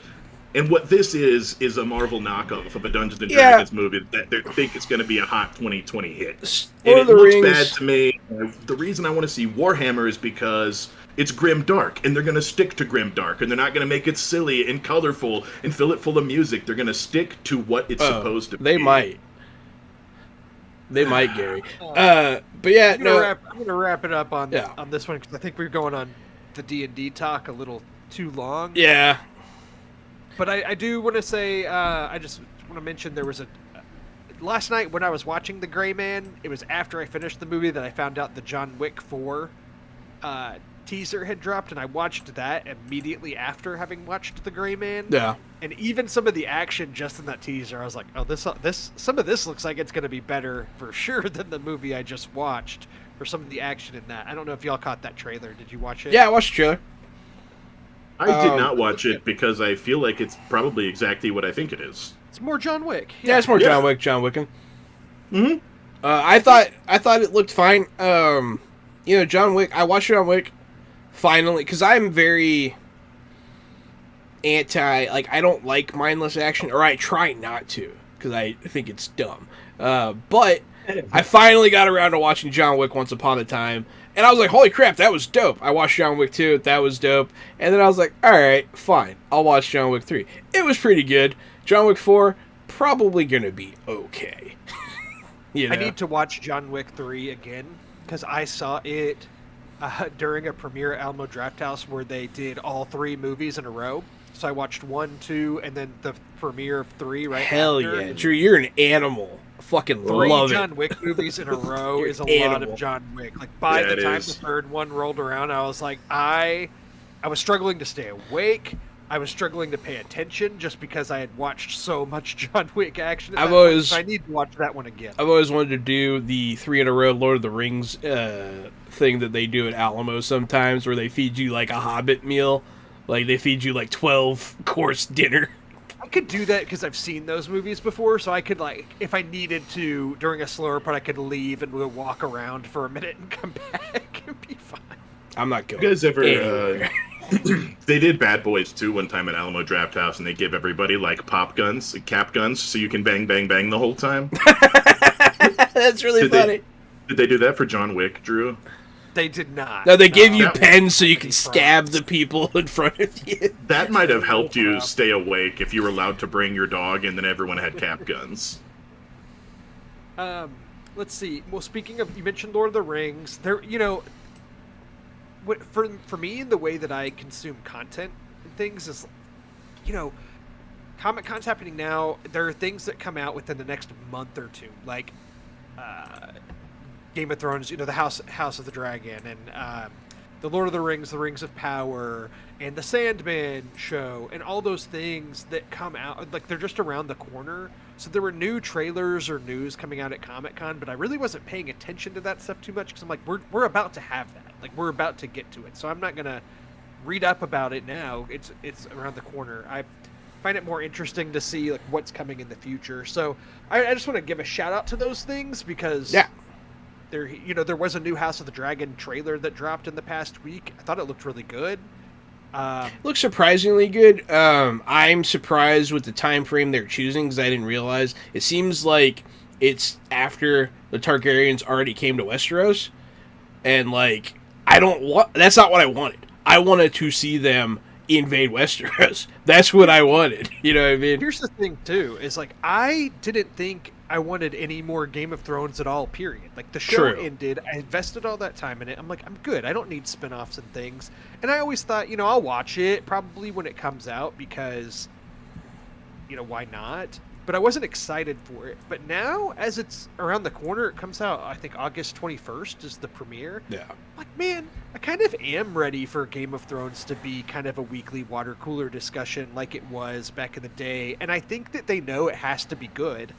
When Jenny got COVID like a few months back, she started rewatching. She caught up. She watched all of it again. So we're ready. It's just such a big franchise for HBO. They know that how the last season was kind of received and the ending, and I think they know it has to be good. So I'm fingers crossed that it will be good. It's just going to be hard. A lot of fantasy content because you're getting that. It sounds It'll like overlap they're with Lord of the Rings. Yeah, it sounds like they're going to try and fix their bad season with the other spin-off show that got announced, the Jon Snow show. Jon Snow. Yeah, it sounds like they might try to fix their mess. If they're not going to throw in a bunch of humor and have a bunch of Led Zeppelin songs, then I'm not going to watch it, because that's what fantasy is supposed to be. Yeah, poor Kit Harington, man. Like, I just hasn't really done anything that's been successful outside of Game of Thrones. He's been having a rough go of it. And then he was in Eternals. He's weird and boring. and he's weird in Eternals, and that movie was weird and not very good and not very well received. And I don't think there's any mention of Eternals at Comic-Con just now. So so he's going back to the well. I would be surprised. I would be surprised if they ever touched any of that stuff again. Because as I mentioned before, there is a Celestial sticking out of the planet somewhere, and they have never mentioned it outside of the Eternals, so I don't think they're planning on touching that stuff. All right. Kit Harington is like the worst offender of standing around in the dark and whispering, which, you know, is one of the biggest things I complain about in movies and shows. Remember the last season and you couldn't see any of it? Yeah. Every time Jon Snow's on screen, it just gets darker and darker, and he's just quieter and quieter. They ran out of money, so they just make it really dark. No one will know. Good lord. I don't think that was the reason why, but no. So anyway, I think I've exhausted all the stuff from Comic-Con so far I wanted to talk about. Any other news? There was a couple things. Wheel of Time confirmed season 3, so there will be before season 2 is even season 2 is even aired. They will be doing 3, so at least we're going to get some because I always worry. Like, fantasy shows need time sometimes, and I worry they're going to get canceled too soon. I feel like I'm pretty excited for that one. And then I feel like there was a couple other things. All 12 of you will really enjoy it, so I'll enjoy it. The 8 people who watch it every week are going to love it. I'll like it. And then Han, the other thing you wanted to talk about was Castlevania. Did they talk more about Castlevania? I know that I've mentioned it before, but yeah, they're doing Castlevania because seasons 1, 2, 3, and 4 were fire. They were hot fire. They were the grease. Best animated show on Netflix probably. And they are doing a sequel series to it, which follows the adventures of Richter during the French Renaissance. Very exciting. And then also they're doing an interview with the Vampire Show on AMC, which is really weird. I don't know if you saw that. Oh, yeah. Interview with the Vampire Show. Yeah, that doesn't need to happen. Agreed. I agree. It looks like, from the scenes that they showed, it was you could play scenes from the movie right over those, and it would just be frame by frame almost. And it's not like the performances you're going to get out of that show are going to be better than the performances you got out of that movie. Yeah. I mean, it's not going to happen. You can't. That's not something to remake. The Interview with the Vampire was really good, and trying to do that justice, you're just going to do it worse. Yeah. Don't even try. Yeah, give us the vampire shows we really want. Give us more Buffy and Angel. That's what the people want. Give us new vampire content. They've tried. There is a new vampire show that follows books that I never watched because it looked terrible. And then I heard it was terrible. But everybody liked that one that Rogue was in. Rogue was in. Yeah. Rogue yeah. True Blood. True Blood. I hear that show gets really stupid too. At the beginning, and then it. I think the fans even turned on it. Yeah, it didn't finish well. But the vampire thing that is exciting, actually, is the vampire movie coming to Netflix August 5th or something, very soon. Day Shift, starring Jamie Foxx and Snoop Dogg and what's his name? Not James Franco, his brother. Oh, Dave Franco. Dave Franco, yeah. Dave Franco, and yeah, vampire movie starring Snoop Dogg and Jamie Foxx. I watched a trailer for it like recently, like today, and it looks so great. I'm so excited. It's really funny. That's the vampire content we need. But yeah, Anything else, John? I'm ready to wrap this I'm ready to wrap it, man. I think that's about it. So I guess that was our San Diego Comic-Con 2022 thoughts and opinions. Let us know what you thought on Twitter. Like we tried to keep it organized as we could, right? We're kind of all over tried. the place because there's a lot happening live. I feel like it was high energy, so yeah. Yeah, we Sorry, tried, but also thank you, and also you're welcome. You Yeah, guys ready to start the podcast or what? yeah. Now we can start the podcast. But yeah, so there's a lot going on. Tell us what you thought on Twitter. My name is Shahanan at RockFact on Twitter. Also, hit us with hashtag Black Panther. Oh gosh, Black Panther. Casualty CDG. You can find me at Casualty CDG on social medias. If you like tabletop role-playing games, you can find Jahan and I every Wednesday, Thursday, and Friday. Right now, we're playing Fantasy Age, we're playing Modern Age, and we're playing Icons from Steve Kinson. We got a superhero game, a fantasy game, and a game set in the here and now. So check us out at twitch.tv/Johananon or on our YouTube, Fresh Out the Box, or our Facebook, Fresh Out the Box. And of course, every single Sunday, you get a brand new episode of Fresh Out the Podcast where we talk about movies, games, and shows. Tell your friends. We like doing this, and you like listening to us. I am Drew Munhausen at Drew Munhausen on Twitter. Thank you so much for listening to episode 55 of Fresh Out the Podcast. Stay fresh.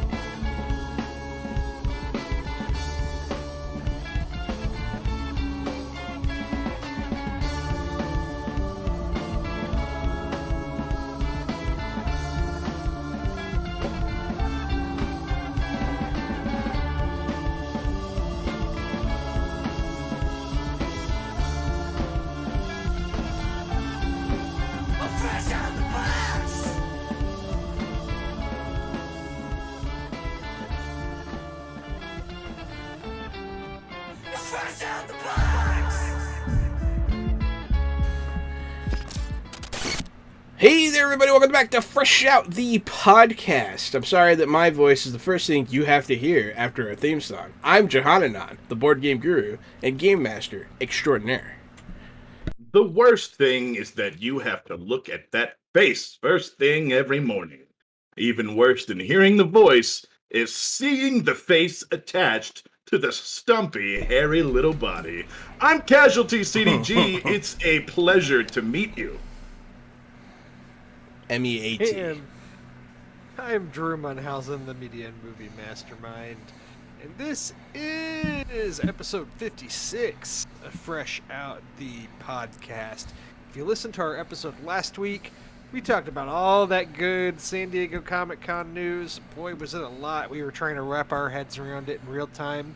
So now, this week, we get to take a minute to just kind of take a step back, talk about some of the stuff we've been watching, hanging out with each other. You know, should be pretty low key. You know, a nice hang, if you will, with your boys at Fresh Out the Box. Yeah, we can have like a totally fresh hang, brah. Right? I've been doing a lot of miniature painting too. That's been fun. It's been relaxing. Bro, your miniature painting's out of control, dude. If you haven't checked out Gary's Twitter, at Casualty CDG, and you like Warhammer, his painting has come so far in like such a short time. Your painting's good, dude. Top tier.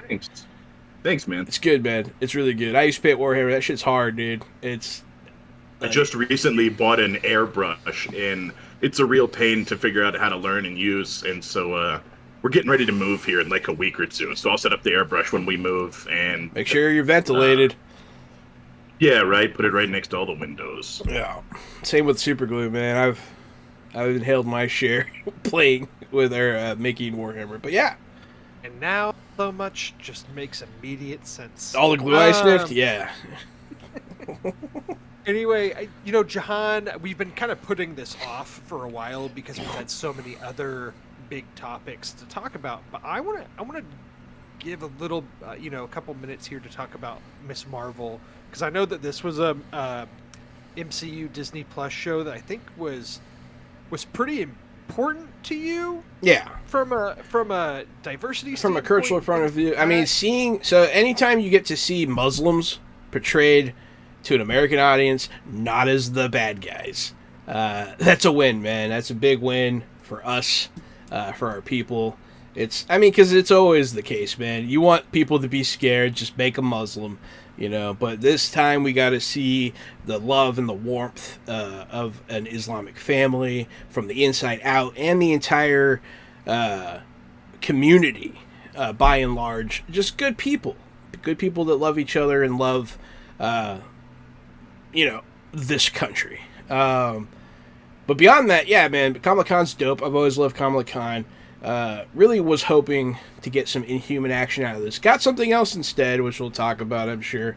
But I think... Let's get into it. We can talk let's about get it into now. it. I just want to talk a little bit about it, and I think the finale of this show aired, a few weeks ago at this point. So I think we're in the clear. So just spoiler warning up front for Miss Marvel. Because like you're alluding to, instead of going the Inhuman route, they basically deemed her a mutant in this world, and the mutant name was dropped for the first time in the show, which I know a lot of fans and Twitter was abuzz with that, and that's pretty cool. I think to talk about the show in general, what you were saying, yeah, speaking about the community and Muslims and how they're portrayed in the show, very positive, and I think a big takeaway is like seeing them in the mosque or in their place of worship and the setting there and the things that they try to do to get people involved and kids involved. It's no different than how it was for me growing up in the Catholic Church and being part of the youth department and how they try to do things there. And it's like, the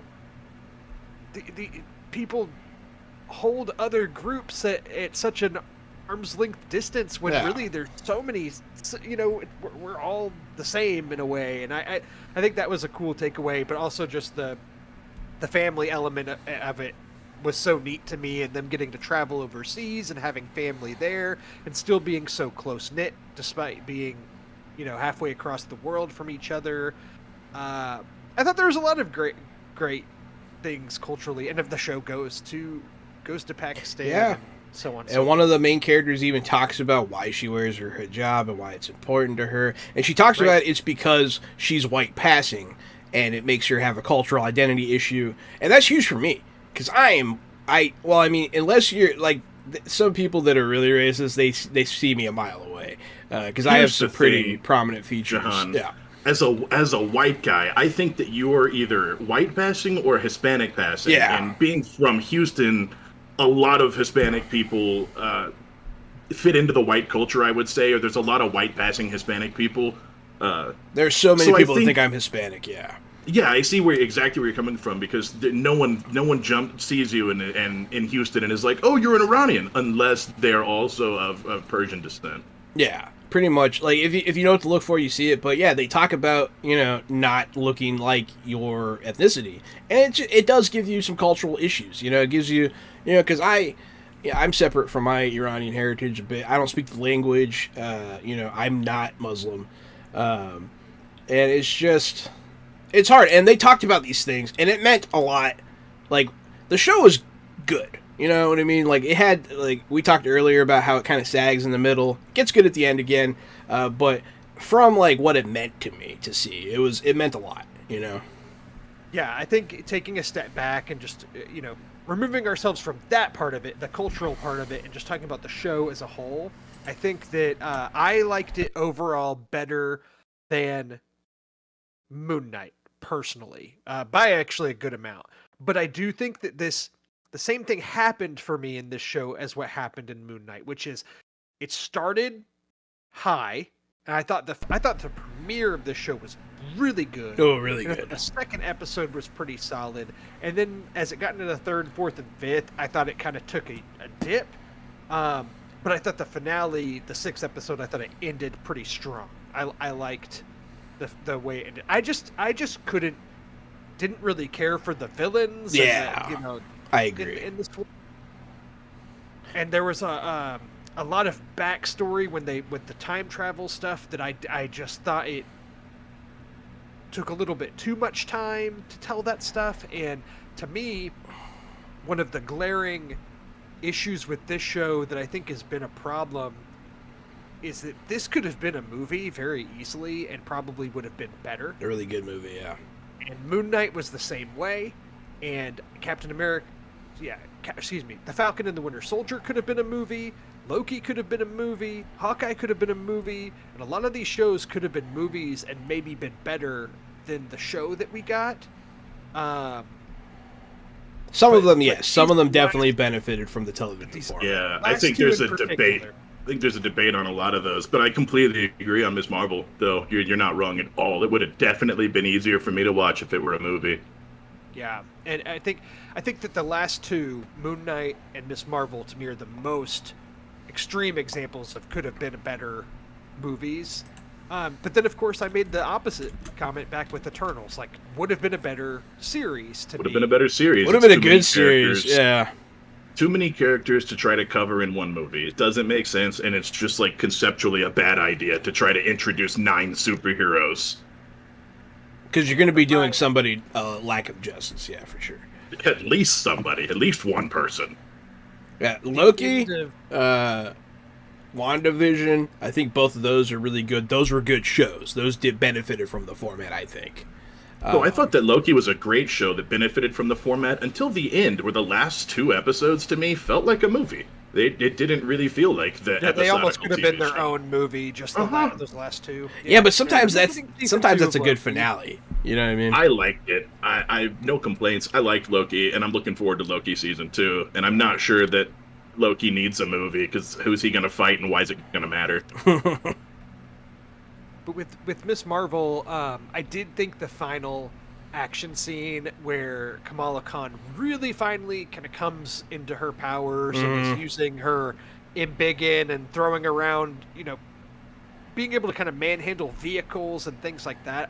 It was cool. I thought was great. I just think the show took its time getting there, which was a shame, because that's seeing her fully formed is exciting. Now, at least the next time we see her will be on the big screen in the Marvels, which of course there was a post-credit scene in Ms. Marvel that I think kind of leads into that. Yes. Very, very, very much so. Yeah, and which to me was a little confusing. It's almost like she gets sucked into her bangle. It was a very clear. Captain Marvel. It was a very. Why? Oh, sorry. Go ahead. I'm just. Why is there a connection? Obviously, they share the name, and Kamala Khan idolized her. But why would they get swapped, or why would this happen? I don't know. I just found it interesting. I don't really understand. It was definitely an obvious case of unconscious transubstantiation, Drew. If you know anything about, no, I'm just. But yeah, no, she definitely willed herself to. They share the same cosmic power. Miss Marvel and Captain Marvel, and so there's like a whole arc where whenever Miss Marvel is like using the power, her and Captain Marvel switch out into the negative realm, and so Captain Marvel was probably stuck in the negative realm right before that happened, and now Miss Marvel will be stuck in that'd be interesting realm. That's pretty interesting. That's an interesting. Is that a theory?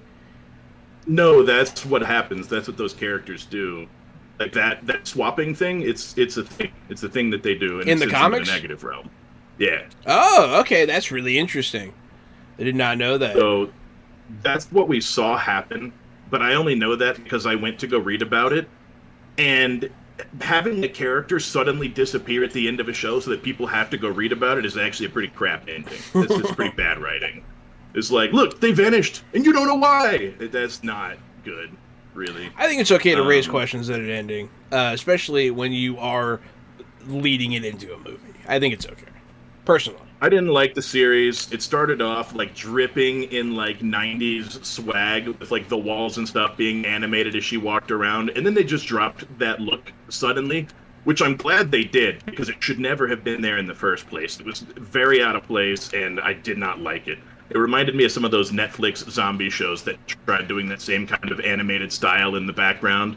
The one with like the high school kids, and they ended up getting canceled. But I didn't think it worked. Daybreak. And then they got rid of it. Daybreak, that's right. And then they got rid of it because I was right. It didn't work. It didn't fit their style they were going. Well, also casting. I thought that stuff was awesome, and then I did too. Stinks that it dropped after that first episode. The dad was the best thing I love that guy. that I've seen in a Marvel movie in so long. He's so good. He should cameo. He should be that guy, and he should cameo in everything for like the next 20 years. I loved her dad. I think he would be a great America's dad kind of thing. I think he would be. I do too. Yeah. That's exactly what I'm saying. He should be in every show. If you remember, America had two moms. Remember, we saw that in Doctor Strange and the Multiverse of Madness. America Chavez. You're right. Damn, Drew, that was pretty quick, buddy. I didn't like all of the early high school relationship, crushy, junior high, all of that crap was just really... I mean, I get it when you're in high school, you have crushes, but... it just doesn't make for super exciting TV. Spider-Man, to me, looks like a guy who swings on a web around New York City all the time. It looks like he has that core strength, that back strength in those arms. Kamala Khan, to me, does not look like a girl who runs and runs for city blocks up and down, like, crystal glass stairs. She doesn't look like she's in that kind of shape. She'd have to, like, stop for some cardio and catch her breath. And then finally, the Home Alone scene at the end of the show where they set all the traps in the school and dared the soldiers to come in and get them was just abysmal. It was just terrible. What an absolutely bad show that I did not enjoy any part of, except for the dad and that last fight scene you were talking about where Kamala Khan was finally using her powers. She was great. Watching her finally use her powers and have a grasp was really cool. The other guy that was awful. Oh, I hated that guy. I almost accidentally crushed the crowd with that Hummer. I better just scream and unleash full power. Surely everyone will survive that. He was just thinking like an asshole and acting like an asshole, and his performance was bad. I'm not looking forward to seeing him ever again. I did not like, I think his name was Cameron. I didn't like the actor. I didn't like his story. I didn't like the way he got powers for some reason. I didn't really understand it. This is all the stuff that stumbled for me as well. I thought that luckily the character building and the power set of Miss Marvel was interesting enough to still make me be invested or interested in seeing where it went, because this stuff, I agree, was just she is totally A-okay. I think she is totally A-okay. She was cast dead on. But I did not like the show. And I think that's probably the clearest, most concise view I have. I mean, that's obviously, that's fine. Totally cool. Because your reasons are valid. If you didn't like that stuff, you didn't like it. But, Cameron, so Cameron, he did this thing, right, that I hate. I hate it. I've seen it. He reminded me of this actor in Doctor Who, like, they're in, like, another dimension or something, and, like, there's, like, a mean version of him, so, like, he, like, puts on, like, a mean face, and, like, Cameron was doing this, and, like, he was like, I'm a bad guy now. He's like walking like this. Like, I know you can't see me at home. Yeah, he had bad guy face and, like, was walking, like, at a slant. For those who are just listening on the audio feed, I wish you could see the face. Because it's dead on. As he's scrunching his head down into his shoulders and moving his shoulders up and down, kind of scrunching his eyebrows. You almost have a Popeye thing going on, like one eyebrow's lifted up higher. It was dead on. That was what he looked like. And, yeah, he wasn't compelling in any way, shape, or form at any point in the story. He was unnecessary. They should have had a better bad guy. Also, the entire last episode, he could only walk if you were hugging him. If you weren't hugging him, he couldn't move. He needs love. I did think he just got hugged all the way out the school, all the way down the alleyway, and he got hugged all the way to the police blockade. I will say, when you look back, I think we talked about this with Moon Knight, but the previous Marvel shows had characters that have been introduced in the movies or been in the movies, with Falcon Winter Soldier, WandaVision, Loki, Hawkeye, which of course that then introduced Kate Bishop. But then Moon Knight was its own thing for the show, and same with Miss Marvel. And the difference between these two is that I actually can see Miss Marvel fitting in alongside the cinematic, like the theatrical MCU, and popping up in movies, and I care about her character. As much as I love Oscar Isaac and he's a big movie star, I still have trouble seeing where Moon Knight could show up in Blade. Yeah, I mean, I guess, or Moon Knight would be a good one for the Thunderbolts show, or excuse me, a movie. So as part of a team, I could see that. I'll be interested to see where he pops up, because I can't imagine they signed on Oscar Isaac just to do this one Disney Plus show that I didn't think was very good. And I did note, and I don't know if y'all noticed in Thor: Love and Thunder, Moon Knight was in the Marvel, the MCU logo that pops up at the beginning. He was in that. I saw him, so I thought that was interesting. I just, like, Miss Marvel, it's pretty easy to see how she'll transition, and obviously she's going to be in the Marvels, but with Moon Knight, it still becomes even increasingly more blurry. Her casting and her costume that she got at the end, dead on. She looks just like Miss Marvel. And, like, her, I mentioned it before, but her, when she first puts on the costume, is running through the city, it was a great scene. And then when she's sitting on that street light, like, pure iconic, like, just fantastic. Her costume looked wonderful. I could see that transitioning to the big screen really well. Very well. I agree. And I understand now, having watched the show in its entirety and seeing her using the Miss Marvel power set at the end, why they went the route that they did with kind of having the purple crystal look, because to be frank, not to go into the old Fantastic Four movies of the 2000s, but CG and making somebody stretch, it's just, I think even with the strides that they've made with CG, it's hard to do that without it looking super cheesy. And I think that doing this kind of covers that up and helps to make it look less cheesy, her stretching and bigoting, that kind of thing. Instead, just having the kind of the purple look mimic that effect around her, I think makes it easier. They did a very from similar safety thing. perspective. They did a very similar thing in Young Justice when the Long Shadow character, instead of being Apache Chief and growing really big, he summoned an energy construct around him that was a giant. And I thought it was really cool then, and I think it's pretty cool now. Yeah. Perfect. Well, anything else to add about Miss Marvel? Loved it. Can't wait to see her in the MCU. Yeah, that's... Least favorite of the live-action shows, not her fault. I mean, totally valid. Fair enough, yeah. I also want to mention the first MCU mutant canonically is a Pakistani girl. And that's just lovely. And I love it. Thank you, Marvel. Okay, so moving into some other things that we watched. I've got a few things to talk about, and we can switch around, but first off, I want to say that I finally saw Elvis. I had been putting this one off. This is the new Baz Luhrmann biopic that's got Austin Butler as Elvis Presley and Tom Hanks as Colonel Tom Parker. And if you've ever seen a Baz Luhrmann film, I think you kind of know he's known for big flashy sets and a lot of cuts and things. He did Moulin Rouge, and he did the most recent Great Gatsby film with Leonardo DiCaprio in it. He did the Leo Romeo and Juliet movie as well. I mean, a lot of that kind of stuff. And Elvis, some of those I have varying feelings.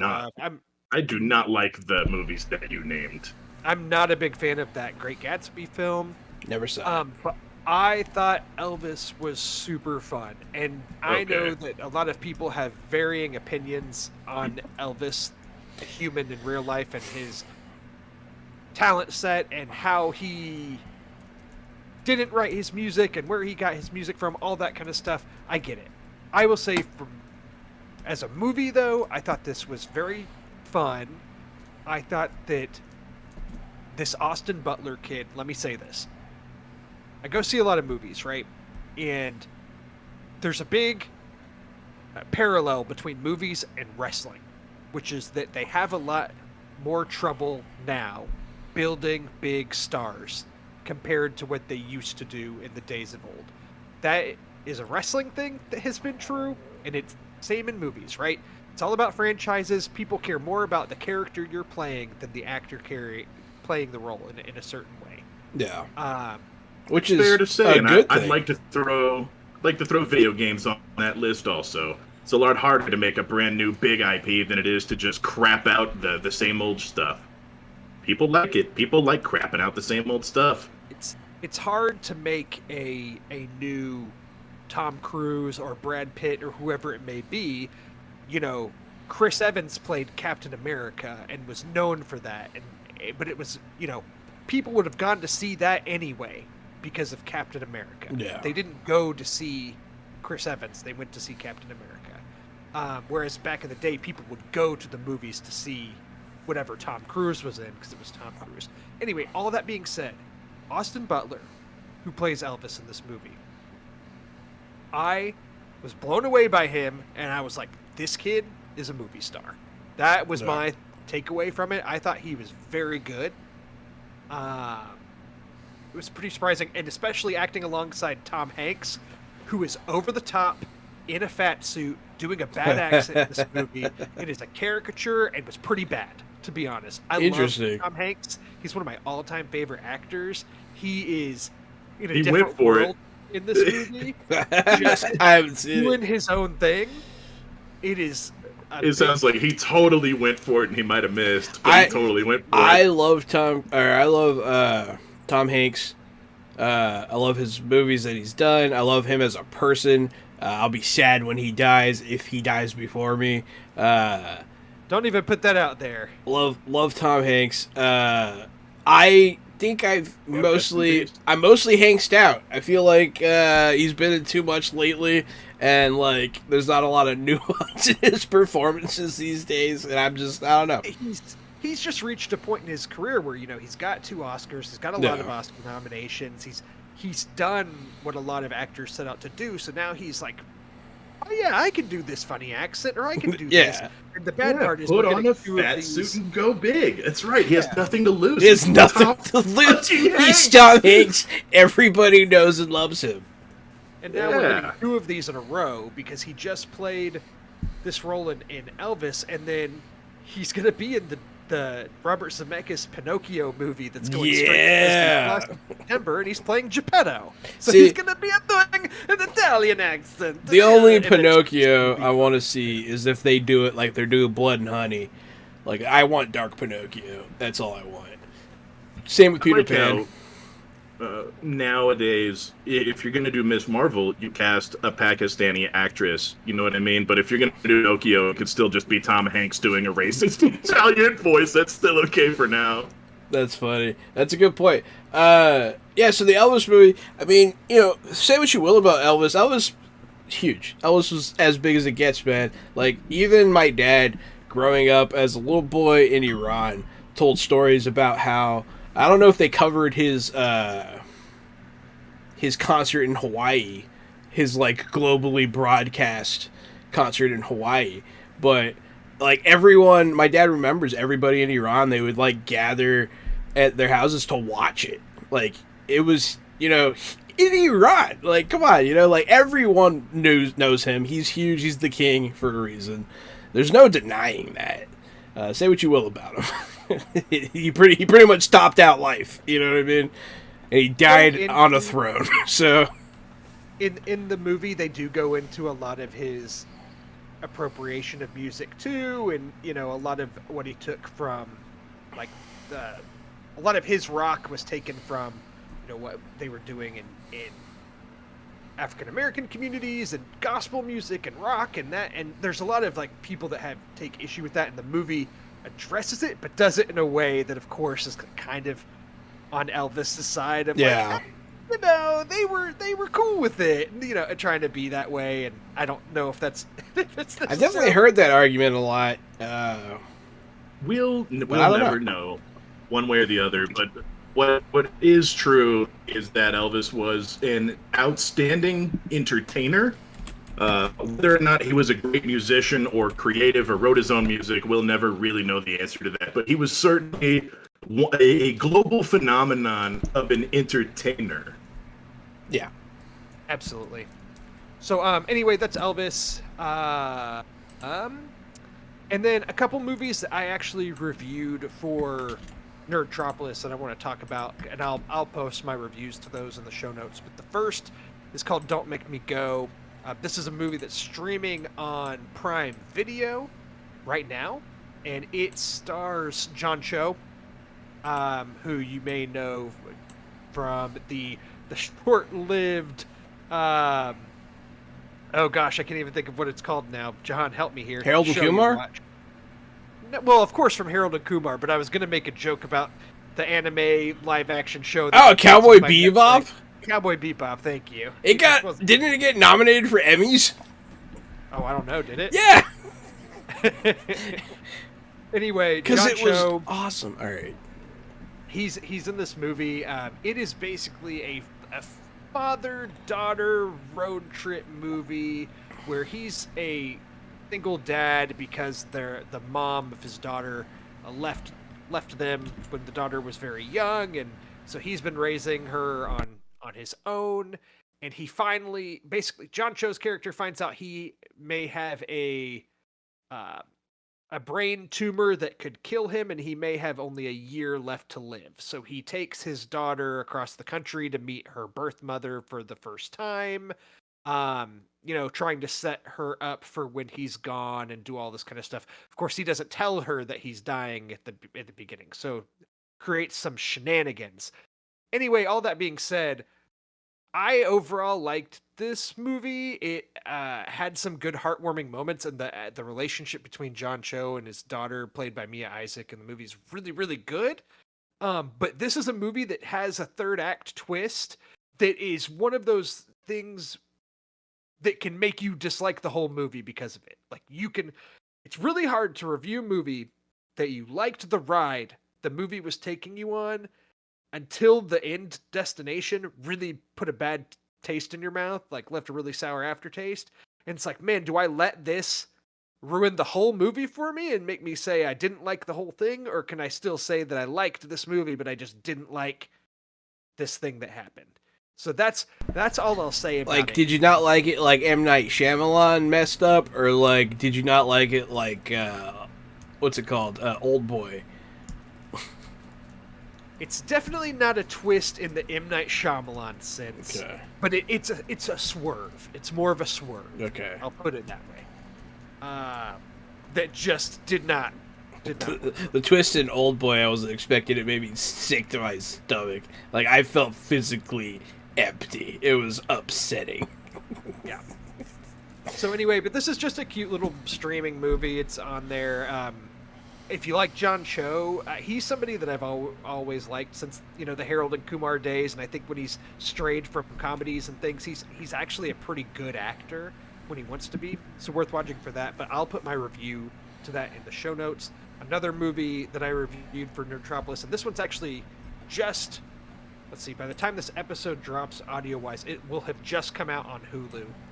It is a very dark black comedy, satire on Hulu. It's called Not Okay. Stars Zoe Deutsch, who she's been in stuff. But anyway, Zoe Deutsch. She's really good in this. And she is somebody who's desperate for friends, on social media, but has no real life friends, judges people by how many followers, how many likes they have. And in order to impress somebody at her work, she fabricates a trip to Paris if she's on a writer's retreat. But she's just in her apartment in Brooklyn, but pretending she's in Paris, photoshopping all of pictures. this sounds like me. I actually still live in Texas. Like that Eric Bana, Ricky Gervais movie where they pretended like they were in a South American war zone. The problem is that while she's faking this trip to Paris, there is a series of bombings that take place in Paris, like a terrorist. Okay, I don't mean to laugh, but like bombings. that's. Yeah. So then she has to try to incorporate that into her already fabricated trip and That's super funny. continue the lie of how she was present for these things, and things just kind of spiral from there. If you like those kinds of movies where it's like knowing satire, the magazine that she works for in the movie is called Depravity, which means like moral bankruptness, basically. Like it's, some of the satire is truly on the sleeve. But this movie starts with the warning of like, this movie contains a very unlikable female lead character. And boy, is that true. But there's some funny moments here, and she's a very good actress. But like, it's hard to be like, yeah, this movie's really great, watch it, when it's such a terrible human being that continues to lie and not see the error of their ways. Everybody liked The Social Network or whatever. Well, and that's the thing. It's like, but I think it's the point, right? Because this is what our youth have become with social media and things, and they're obsessed with their likes and their persona online. Oh no, Drew's talking about the problems with the youth. And the worst Get part off my lawn. It's not youth, man. That's our current generation. Yeah. It's 40-year-olds that are streamers, that are influencers. That's our generation. Those are full-blown adults doing this silly crap. Like in the show, like you said, she works for a magazine. She has a job. She's not a high schooler. It's not a junior high kid. Yeah, have you seen These are adults that they lie about their lives, man. Have you seen the latest? My brother's ex-wife was like that. She used to post fake crap on the internet all the time. They would get into a fight, and she would post stuff about how happy their life was. People are just fake and crappy, and it's fun to see that turned up, I guess. I think I'll give that a watch. I like Hulu. It actually sounds appealing to me too. I think that's pretty interesting. But yeah, the latest I was going to talk about. You're talking about people lying and stuff on social media. There's a big one right now on TikTok. Have you heard about the pink sauce controversy? there's like this influencer who's like, she has this like pink sauce, right? And it's like, she's like, puts it on stuff. She's like, oh, it's so good, buy my pink sauce. And like, people are buying it. And like, the label's wrong, like, and a lie, and not FDA approved. And like, cause it's saying there's like eggs and stuff in it or something, and like, it doesn't need to be refrigerated. I don't know. People are getting really sick eating this stuff. And, yeah, there's like all this stuff going on with it. So yeah, there's a bunch of morally corrupt people on social media. It's just like the old snake oil salesman of the Wild West. Yeah, it's snake oil for your taste buds.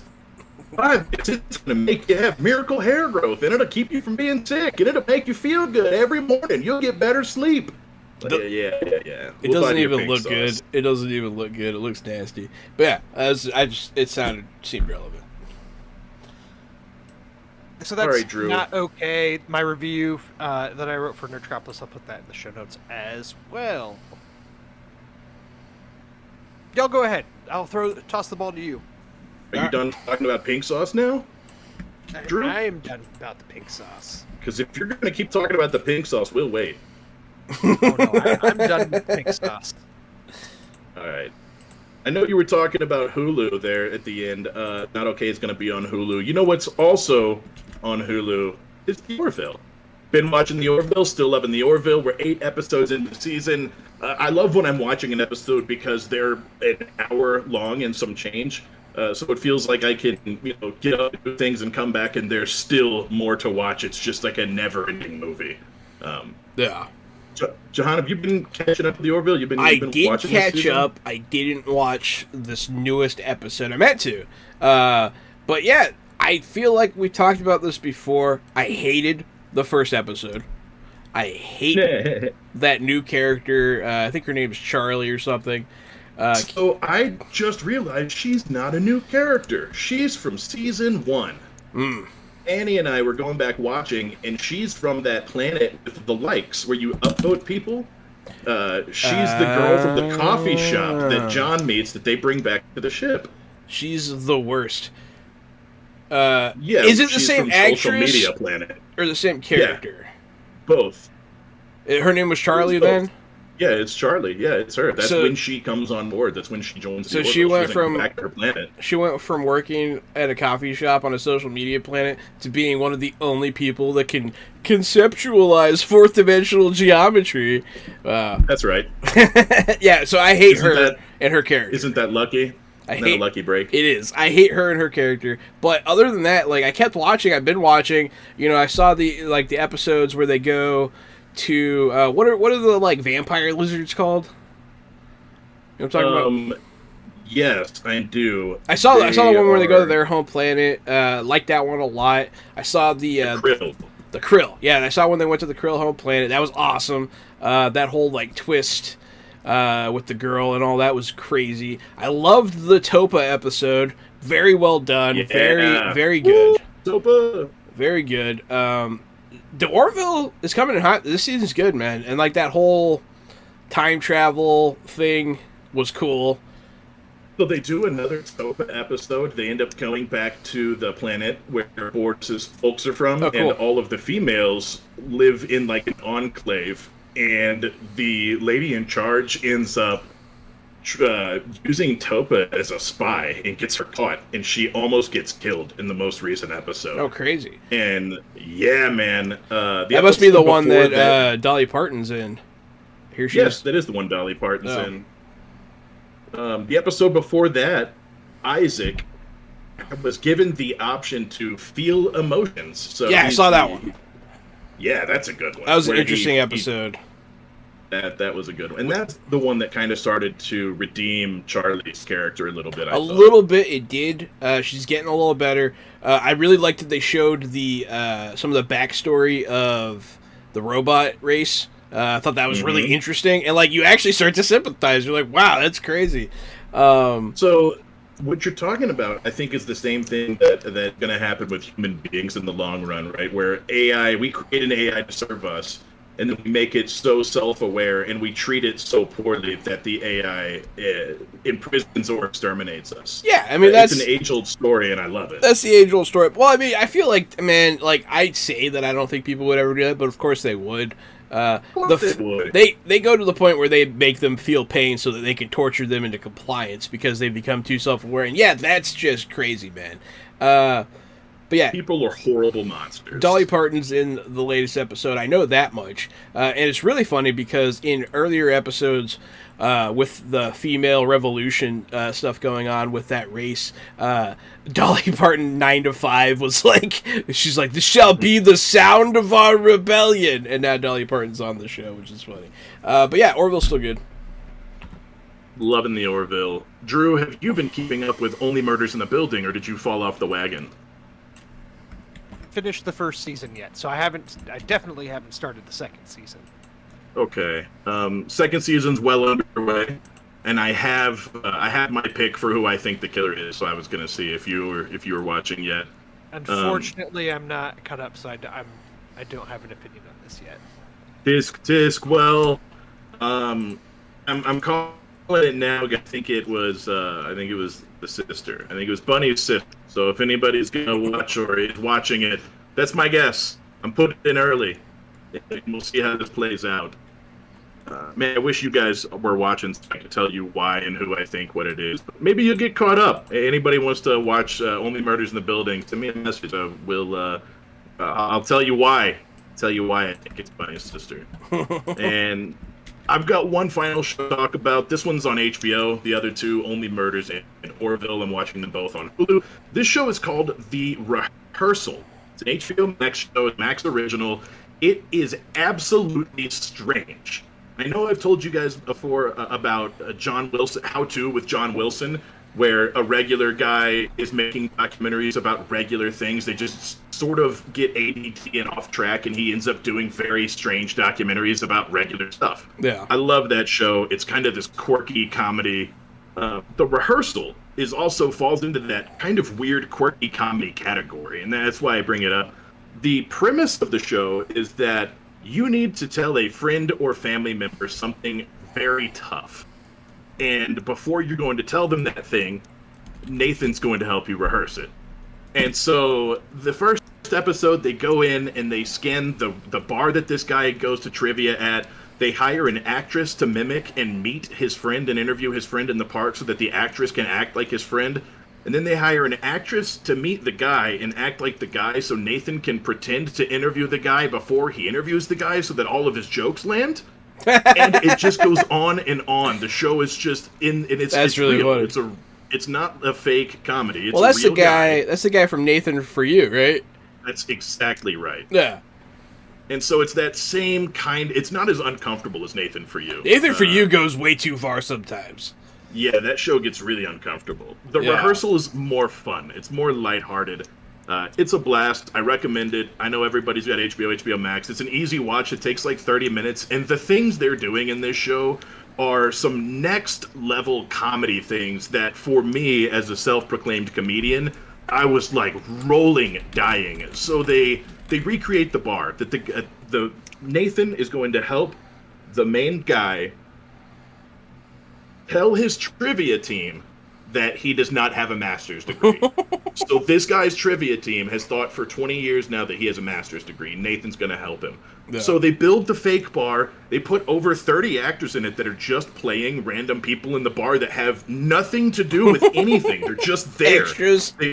They've all got free drink tickets, so they're all drinking beer. Like, for no reason, you're just paying all these actors to come in and drink beer. And then in the back, they have a fake kitchen where a guy is just taking out already cooked pizzas and putting them into like a red light in a box because it's mimicking the pizza oven. It would have been cheaper to rent a bar. Yeah, why? There's so funny. Much in that show where I was just dying laughing. Like, that's so why funny. Would you go through this? It's really something to watch. If you have kind of a weird sense of humor, and you think that the production cost being way over the price value of what the show is worth, if you think that's funny, then you should watch this show. It's funny when John Oliver does it. Yeah, to me, it's just such a flagrant use of budget, and it's just so funny. When I think about the directors and the producers and the budget people who have to justify the expenses for their show, and then I think about the premise of this show just being the opposite. Like, we're not going to justify any of these. The whole thing is we don't justify the expenses because it's for one conversation. Yeah. So funny. Yeah, love the show. Only one episode is out right now of the rehearsal. I just saw a second one right before I logged on to this. So I think the episodes might come out Fridays or Saturdays on HBO. Oh, they're weekly. That's cool. It is weekly. There's only one, now there are two, and I will keep talking about it probably because it's just fun. It makes me laugh. I think I'm going to watch it too. This sounds perfect for me. Please. As well. Please do. This is really funny. No, it reminds me of how John O'Hara will buy like dubs. Like he buys like a bunch of wax presidents from the closing of like a wax museum. He's like, we got 3, and then like he didn't even get a good. I don't know. It's really funny. And like when he's buying all that like painted rat erotica. I don't know if you caught that. That stuff's really funny. And then he tracked down like some senator's wife's paintings of ties so he can make fun of it. I don't know. Like it reminds me of that. That's a great use of budget in my opinion. Yeah, it definitely has those vibes. You're absolutely right. It's really funny. That's all I have to talk about. Episodes are, Gary? Was it 30 minutes? Was it an hour? I would guess it was closer to 30 minutes. Yeah, that's what it felt like. It felt like about a 30-minute watch. Interesting. Yeah, other than that, it's just the same old video games. Fall Guys is free across all the platforms now, so I've been playing that with Thomas. And Jahan and I have been playing Solasta. It's like Dungeons & Dragons, except it isn't. Solasta's still good. There's been some glitches, but it's still good. It's still Jahan, tell me about Resident Evil on Netflix. Because you and I went and saw the last Resident Evil movie together in theaters. And I know this show is out on Netflix now. Oh, you remember that, Drew? I have not watched it yet. So tell me about it. I remember that too, Drew. You're my friend. Yeah, Resident Evil. So I watched you make fun of me for being obsessed with zombies. I love everything with zombies in it. The first episode of this was terrible. I hated it. I hated every second of it. I hated everything about it. They were slamming like back and forth between like post-apocalyptic zombie world and like teen drama, and I hated it. It was the worst thing ever. I wasn't even going to watch the rest of the show, but a bunch of people whose opinions I have come to respect on like TikTok and like other like Twitter and stuff, like they vouch for this. They say that it's actually really good. I've gotten pretty far into it now. I watched a few more episodes, and it does get a lot better. It gets pretty interesting. I don't know what they're talking about when they're saying that it's closer to the games, because it's not.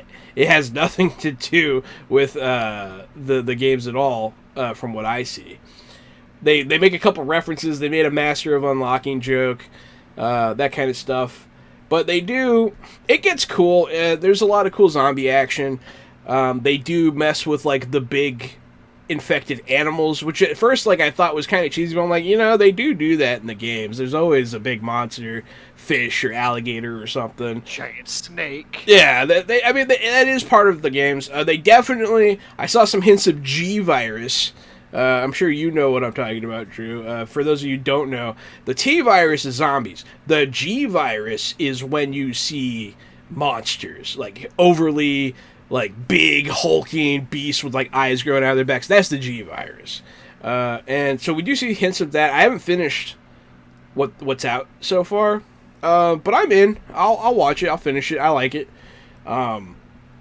It's a cool zombie show.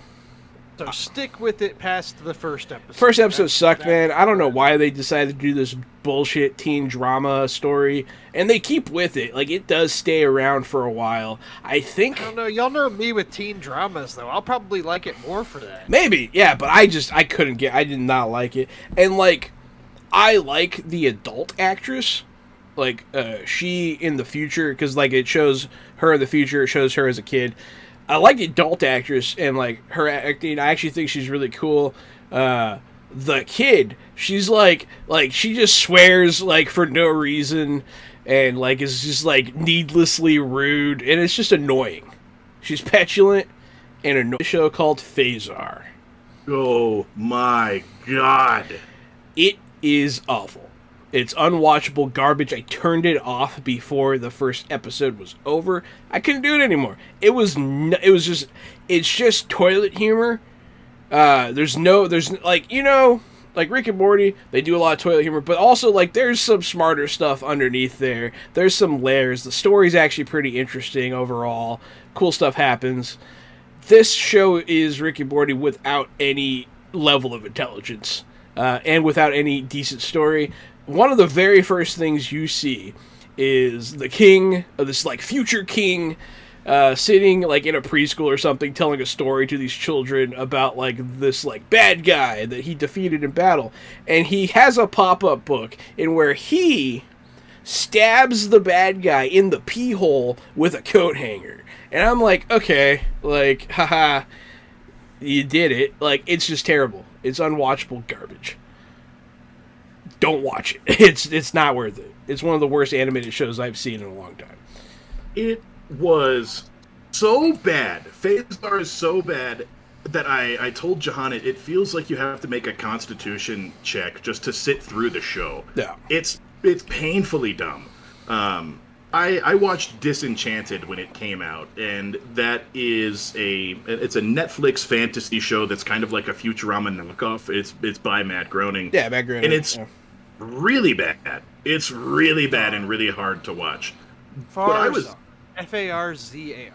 Farzar. Yeah. Or do they say Phasar in the show? It's probably Farzar. I don't know, man. Farzar. And so well, it's probably I was better able... that we've been saying it wrong anyway, so that people won't find it. Yeah. I was able to get through episodes of Disenchanted, but there's this thing that adult comedies do sometimes, and I watch these adult cartoons. I watch all of them. There's one actually called Dicktown, Jahan, that you should watch. There's 2 seasons of it on Hulu, and it's really funny.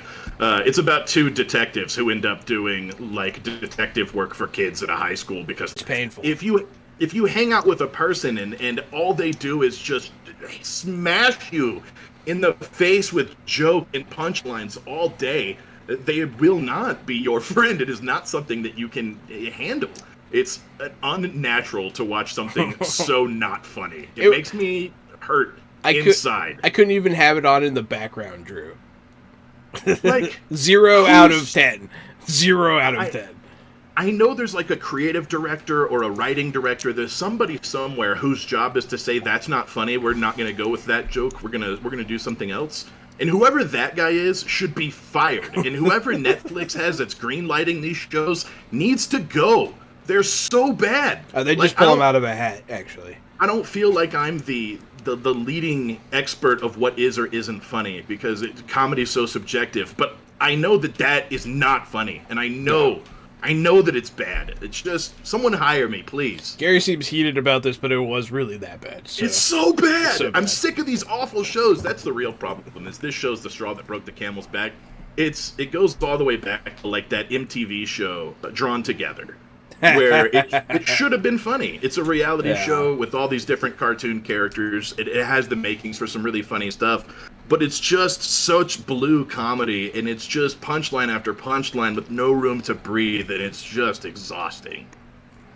Yeah, we don't have a joke for this scene. What if the character sneezes and it makes him come? How about you move on to something that you did like? Yeah, absolutely. I finally started watching Alone. Oh, that's good. Yeah. Just to comment on this, Gary, I'm all about Gary was first to the punch here because Gary talked about this and raved about this show on our podcast that came out 2 weeks ago at this point. But man, Gary watched this, and then I feel like I saw a bunch of people on Twitter watching it. I saw a bunch of people on my own Facebook page watching it, and then it was in the top 10 shows on Netflix. And they should pay you, Gary. Everybody's watching this and recommending it to each other, saying how good it was. I'm like, Gary, I heard it from Gary first. Yeah, I absolutely heard it from Gary first. No, definitely. Anyway, go on, Tom. So yeah, I finally started watching. I'm watching the latest season on Netflix because it was there. I watch a lot of these kinds of shows. This is one of the better ones for sure. You guys see a lot of interesting bushcraft techniques. A lot of, everyone's trying something different. Some people are doing really dumb things. One of the first episodes, a guy starts to have a heart attack, and that was really hard for me because I have I guess I'm empathetic. And like, so when something like that's going on, it started to trigger a panic attack in me. Like I started I had to turn it off. I had to like fast forward. But other than that, it's a really good show. These people seem to be in very much real danger. There's bears everywhere. And then it's impressive to watch what they're doing, and I'm excited. I like what they're doing, and I like where they're going. I want to see these people if they can make it. If you like that season, the entire collection is on Hulu. Hell Right yeah. now, season 8 is on Netflix, and I think that's what's made it so accessible for everybody. But it is a History Channel show, so it's included in that Hulu deal. And that was the last thing I watched. I haven't watched that much this past bit. Got a couple other things I watched because these are just quick things. I've talked in the past. I've been watching Sopranos. I'm still watching The Sopranos. I'm almost done with season 2. Again, hot take. Good show. It's still really good. I mean, this is just this. It's really good. I mean, what else am I gonna say? It's The Sopranos. It's known for being really good. Maybe I'll watch it. It's got James Gandolfini and Steve Buscemi. Never seen it.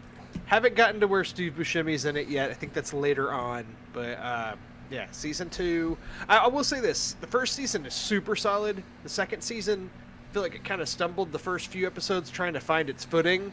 But now it's gotten really good again later on in the season. So I think They do. It seems like the writers have a hard time trying to figure out what to do with the kids, to be honest. Well, and Meadow and Tony Jr. the creator's been pretty outspoken about how he thought he initially pitched it as a movie and then thought it was going to be a season, and then it blew up. It One was of such a big those, deal. So they had to kind of swerve, and so you can tell they're kind of like placing the pieces for the long run at the beginning of season 2, and then once they get the pieces in place, then the show starts getting really good. Damn so it. anyway, Have you ever That seen? reminds- Have you seen Lilyhammer, Drew? I have not. I think it did get canceled. I'm not sure if it's still on Netflix or not. I don't know if they still host it, but it was a Netflix original, and it's a Sopranos spinoff without using the name Sopranos.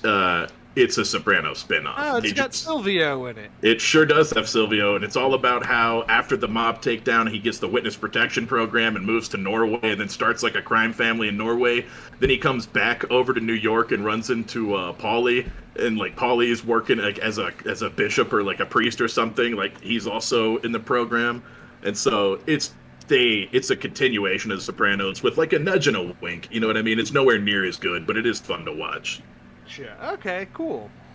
Yeah, you talking about the movie and the season 1 turning into more season stage reminded me of Avatar, and it made me, because that's the story behind Legend of Korra. They kept like not knowing if they were going to get another season, and I forgot to mention it during our talk last episode. They're doing an Avatar movie. They're doing 3 on Netflix. They finally announced the first one's going to be Aang and the gang as adults. So that's big news, and I wanted to share it. I'm excited. The other things I watched, so this is just a random observation I just wanted to note because it's kind of interesting. And my daughter's 2.5, and so she's watching something, like, I don't put her in front of the TV all the time, but we do watch some movies and stuff, turn stuff on. It's interesting just seeing what she will pay attention to and what she won't. Right now, she likes a lot of the Disney stuff, right? Like, she likes Ariel. That's what she'll ask for. Like, I want Ariel, meaning the Little Mermaid. Or she'll say, I want Beast, meaning Beauty and the Beast. She likes Luca and things like that. So, however, I was Solid just trying to picks. find something. What was that? Solid picks. Yeah. So I was looking for something new to watch that I hadn't seen that I could watch with her for the first time. And so I watched Hotel Transylvania. I don't know if y'all have seen this. Mhm. This is the animated movie with Adam Sandler and all his buds, but playing like Dracula and Frankenstein and all of the classic Universal monsters. And Adam Sandler voices Dracula, who has created a hotel for monsters away from all the humans. And that's kind of the basic premise. And I actually liked this movie. It's a lot. solid Like, movie, dude. yeah, I went in not expecting much, and honestly, my daughter didn't really care that much. Like, she watched some of it, and then she'd get distracted, go play, and whatever. And I was like, man, I ended up finishing it on my own because I wanted to watch it. But she, kind of lost interest. However, I've heard that, a good thing to do with kids of that age is put Hayao Miyazaki animated films on, like, things like Spirited Away or Totoro or even Princess Mononoke, and I came to those movies as an adult, so I didn't grow up with those like some did, but just later on today, I actually put on My Neighbor Totoro, and my daughter was like, the beginning of it, if you've seen it, is kind of mundane. It's like these two little girls moving into a new house and learning things, whatever. My daughter was so just like enraptured by this show, like just immersed 100%. I have not seen her be like that visually stimulated or interested in something. She watches the same Disney movies and stuff over and over. That's what she wants. This was something new and like just silent and totally just it was incredible. So anyway, I plan to put in some other Hayao Miyazaki movies on for her in the near future because she was totally into it. One of the greatest animated movies ever made is Spirited Away. You should. Absolutely. But I just thought Totoro, from a little, toddler intro, is probably one of the best from an introductory perspective. Probably. And so, yeah, man, Miyazaki movies, like, it makes sense that it would enrapture a baby, because, like the music and, like, the sound effects and the way, like, everything plays together in a very cohesive way, like, it draws you in, man. It just makes it I don't know, those movies are so beautiful. And, like, these are super dreamlike. Also, man, it's not like watching a movie. They're really dreamy. They're, like, some of those scenes are, like, my happy place. Like, I think about them, like, like the part you're talking about, like, this is a thing, I don't know. So the part you're talking about where it's, like, mundane and they're just showing, like, animated rural Japan, watching, like, a little kid color on that bare floor with, like, the sliding doors and the wind blowing it. Like, that's just my happy place, man. That's just such a wholesome image. And I've always wanted to, like, it's a far cry from reality right now for me, but I've always wanted to have, like, to stay in a house in the Japanese countryside and just kind of, like, be there for a while. And then trip on, like, LSD or mushrooms and go to a terrifying nightmare world where you get eaten alive? I can do that, yeah, but I don't need to do mushrooms for those kinds of nightmares. Just close your eyes and that happens. I can just close my I mean, yeah. My existence is a waking nightmare. My brain is actively trying to end me. It's fun. Actually, we were watching the dubbed version of this since she can't read. Yeah, she also can't speak English. You can just put on the Japanese version. She can speak pretty well. You'd be surprised. Yeah, but she might be able to speak Japanese.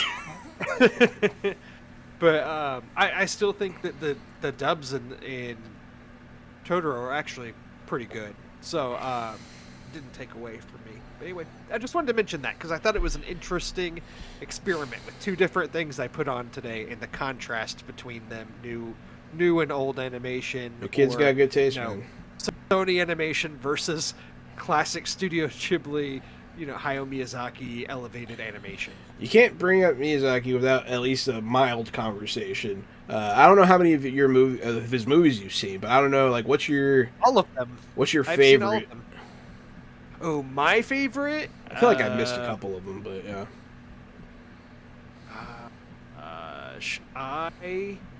My favorite is Spirited Away. Spirited Away is a great pick. I mean, it's hard to argue. Like, Spirited Away is like a perfect movie. I almost wish it wasn't Spike to be the guy who, like, defended Howl's Moving Castle or something, but I'm not. I like Spirited Away. There's something classic about it, man. It's one of the most beautiful movies ever made. Period. Honestly, they're one of the first ones that I watched, because I watched them in order from when they were released, and his first movie was not a Studio Ghibli movie. He did a Lupin the Third film, and it's really good. And it's still one of my favorites. Maybe because it's the first one I watched, so it might have that kind of bias, but I really like that one. I don't know if this is a popular opinion at all. I like Porco Rosso a lot. With the pig pilot. Okay. That one's really good. And I love Totoro. And Spirited Away, of course. Totoro's great. They're all Audio's good. They're all good. Princess Mononoke is fantastic. I haven't seen Porco Rosso. I've never even heard this. I haven't seen that one either. Man, that is a good cover. You see him in the is he in the plane giving a thumbs up? He's in the plane. He's got a hat and a mustache and some sunglasses, and there's a girl with a big white hat next to him. Oh yeah. Yep. Yeah, my top one. So like, I did grow up with some of them at least. Kiki's Delivery Service. I watched. That's another really good one. I watched that very young. I loved that movie when I was a kid, man, and I still do. I watched it fairly recently because Jenny had never seen it. I think we went to see it in theaters because they were doing one of those showings. And it was great, man. It was I loved it. Might be my favorite. Spirited Away is just so hard to top ever. They have recently in Japan. They have a stage show, a Spirited Away like theater thing going on. It looks so good, and if it ever comes to the States, I would really like to go see it. But yeah, no, Miyazaki, fantastic. Not really a hot take there. I feel like most people Looks agree. like maybe I can watch Porco Rosso on HBO Max. Maybe streaming on there right now. I think all the Studio Ghibli movies, I think they're all on there. Yeah, you can watch it on there. I think if I remember correctly, if you watched the dubbed version, I think Michael Keaton voices him. What? Oh yeah, I'm looking forward to this. I'll report back. That's a pretty big trump card there, man. Like, I might go watch Porco Rosso now, too. Yeah, it's Michael Keaton confirmed because I have the Blu-ray of it, so that's what I watched, and it's only dubbed on that. So, but if you watch on HBO Max, you can choose to watch the Japanese with subs or to watch the dubbed version. I'm watching the Keaton version. I might watch the Keaton. I usually go for the subs, but I might have to listen to Michael Keaton be a Porco Rosso. But yeah. There was a point where these Studio Ghibli movies were under Disney. Like Disney, I guess, I don't know if they got the Blu-ray rights to them or what, but they were releasing them as Disney Blu-rays. And so they had the budget to get a lot of them dubbed by big-name actors at the time. And so that's who they got there. Like, in My Neighbor Totoro, in the dubbed version, the two young girls in it are actually voiced by the Fanning sisters. It's Dakota Fanning and Elle Fanning voiced the two girls in it and stuff. So, yeah, it's interesting. Anyway, that was another good tangent, but worth going on. Yeah, no, that's a great. That's some of our tangents I really enjoy, man. You know, yeah. What would a good podcast be without a crazy side tangent about the news? Hayao Miyazaki movies now and then. It would be the news, true. Yeah, it would be like a 10-minute or maybe just like a 30-second YouTube video of news. You know, it wouldn't be a podcast at all. All right, so John, what are these last few things? Just a few games you've been playing? Games I played that I haven't talked about yet. This first one, I told Gary, this is a game that I got in on the playtest of Synced. I'm not sure, like I can't really like review it or anything, I don't think, but it's so far pretty cool. I like the character design. It's a third-person action shooter where there are these creatures that are kind of made out of like rock and like futuristic material. They're like aliens, and you're shooting them and stuff. But you also can turn them into like an allied like minion that you could summon. Right? You could summon you start off with this big beef rock guy that you could summon, and like when he's not active, you can suck him back into your arm, and he becomes like a cool pauldron. Pretty interesting concept, pretty cool. I've seen a lot of games like this. I don't know how much is going to stand out from all the noise, but it was cool to get to be a part of the playtest for sure. And then back to true form, playing games that only I like, apparently. I decided to pick up Parkitect, because, you know, they claim this is like the one to get for true roller coaster tycoon, like if that's what you're thirsting for. And yeah, it's definitely Roller Coaster Tycoon ramped up a bit. They have some interesting new concepts in this. Like, the guests don't like it when they can see, like park operation buildings and stuff like that. You know what I mean? People. I hate when they see poor put up some hedges. They don't like it when they can see like operation buildings, like maintenance sheds and stuff like that. Like you have to hide them behind scenery and stuff like that. And also you have to restock the souvenir and food stalls, that kind of thing. You have to create networks of that. So there's a little bit of added complexity to it. But other than that, it is pretty much Roller Coaster Tycoon. And it was pretty cheap, too. I had some fun with it. And then I also finally bought this game, Universe Sim. It is a god game in where you start off with these people. They're called nuggets. Because they fall apart is what it says, but like they're just like a little body with like a little head that kind of bounces up and down that's not attached, and like little detached arms too. And you start off with two, like Adam and Eve style, and you like build this whole civilization. You watch them go into the future. Right now mine have like cars and stuff, and they're like being like, we're little people. It's okay, but it's also an early access. I feel a lot of these games, sometimes they feel like there's not a lot to do. I feel like in order for me to be engaged, I really enjoy more like the survival aspects of city building. Like, your people could turn against you if you don't tend to their needs, or, if you run out of money, you're out of office, sir, stuff like that. Or, just annihilation like in Frostpunk. I like survival city builders, I think, more. So this... like the way that Black and White handled it, where there was like another tribe or two on the island, so you had to get bigger and manage your stuff and larger, and eventually you would either have to sway them with either religion or war by the end of it. Yeah, Black and White 2 was fantastic. Mm-hmm. That's exactly it. I loved Black and White 2. Black and White 2, and then like the creature aspect where you have your minion that can like perpetrate your will, that kind of thing. That's probably... So this one... is not better than Black and White. Not even. Spore Vampire Bites is right. Spore was a great godlike game. Spore, the game that got ruined by dicks. Yeah. I played a lot of Spore, and it's a damn shame you can't play Spore anymore. There's another game. And that it never got a proper sequel or anything. No, there's another game that's recent that's like called like Adapt or something that's kind of similar, and where you're trying to navigate a species through the evolution of different biomes and that kind of stuff. And there's also several survival city builders that are coming out soon, namely the big one that I am definitely getting day one, and I probably won't play games with anybody for a while, Frostpunk 2. Because Frostpunk was a masterpiece. Frostpunk was one of the best survival city builders ever. The sequel's going to be dope. I'm excited. And then there's another one. For anybody wondering about Frostpunk, it's like a really cool city builder, except then you freeze to death. Yeah, it's kind of like in the world, if you see, what's that one with the train, and it's cold? With Snowpiercer. It's kind of like that world where, like, it really is that cold. You can't really survive outside, except, you're in a crater, trying to, like, the last of your, like, people are there, and you're just trying not to freeze to death. It's pretty hard, too. Yeah, I liked it except for the freezing to death part. At one point I had to resort to fascism to, like, stop them from rebelling. I really had to knuckle down on them. It was for their own good, though. So what are you, America in 2020? Right? 20?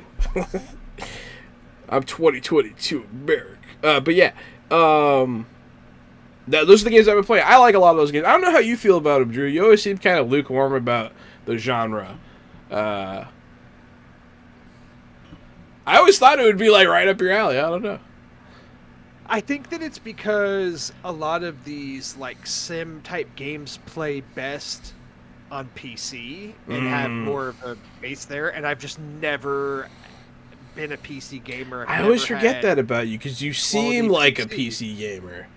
I've always been a console guy, and so it's not that I don't like that. Like, I had Black and White 2, and I've had games like that that I've been interested in, but I've just never fully gotten invested in them because I never really had the setup, or I just would prefer to be on a console.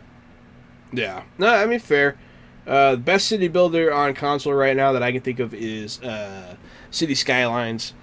If you're interested, I was gonna say they put a lot of them on Game Pass now and then. Like, you got City Skylines, and is Tropico one of those? Is that something? Yeah, Tropico was not great. Tropico's John, okay. Did you play Avon Colony? I played Avon Colony when it came out.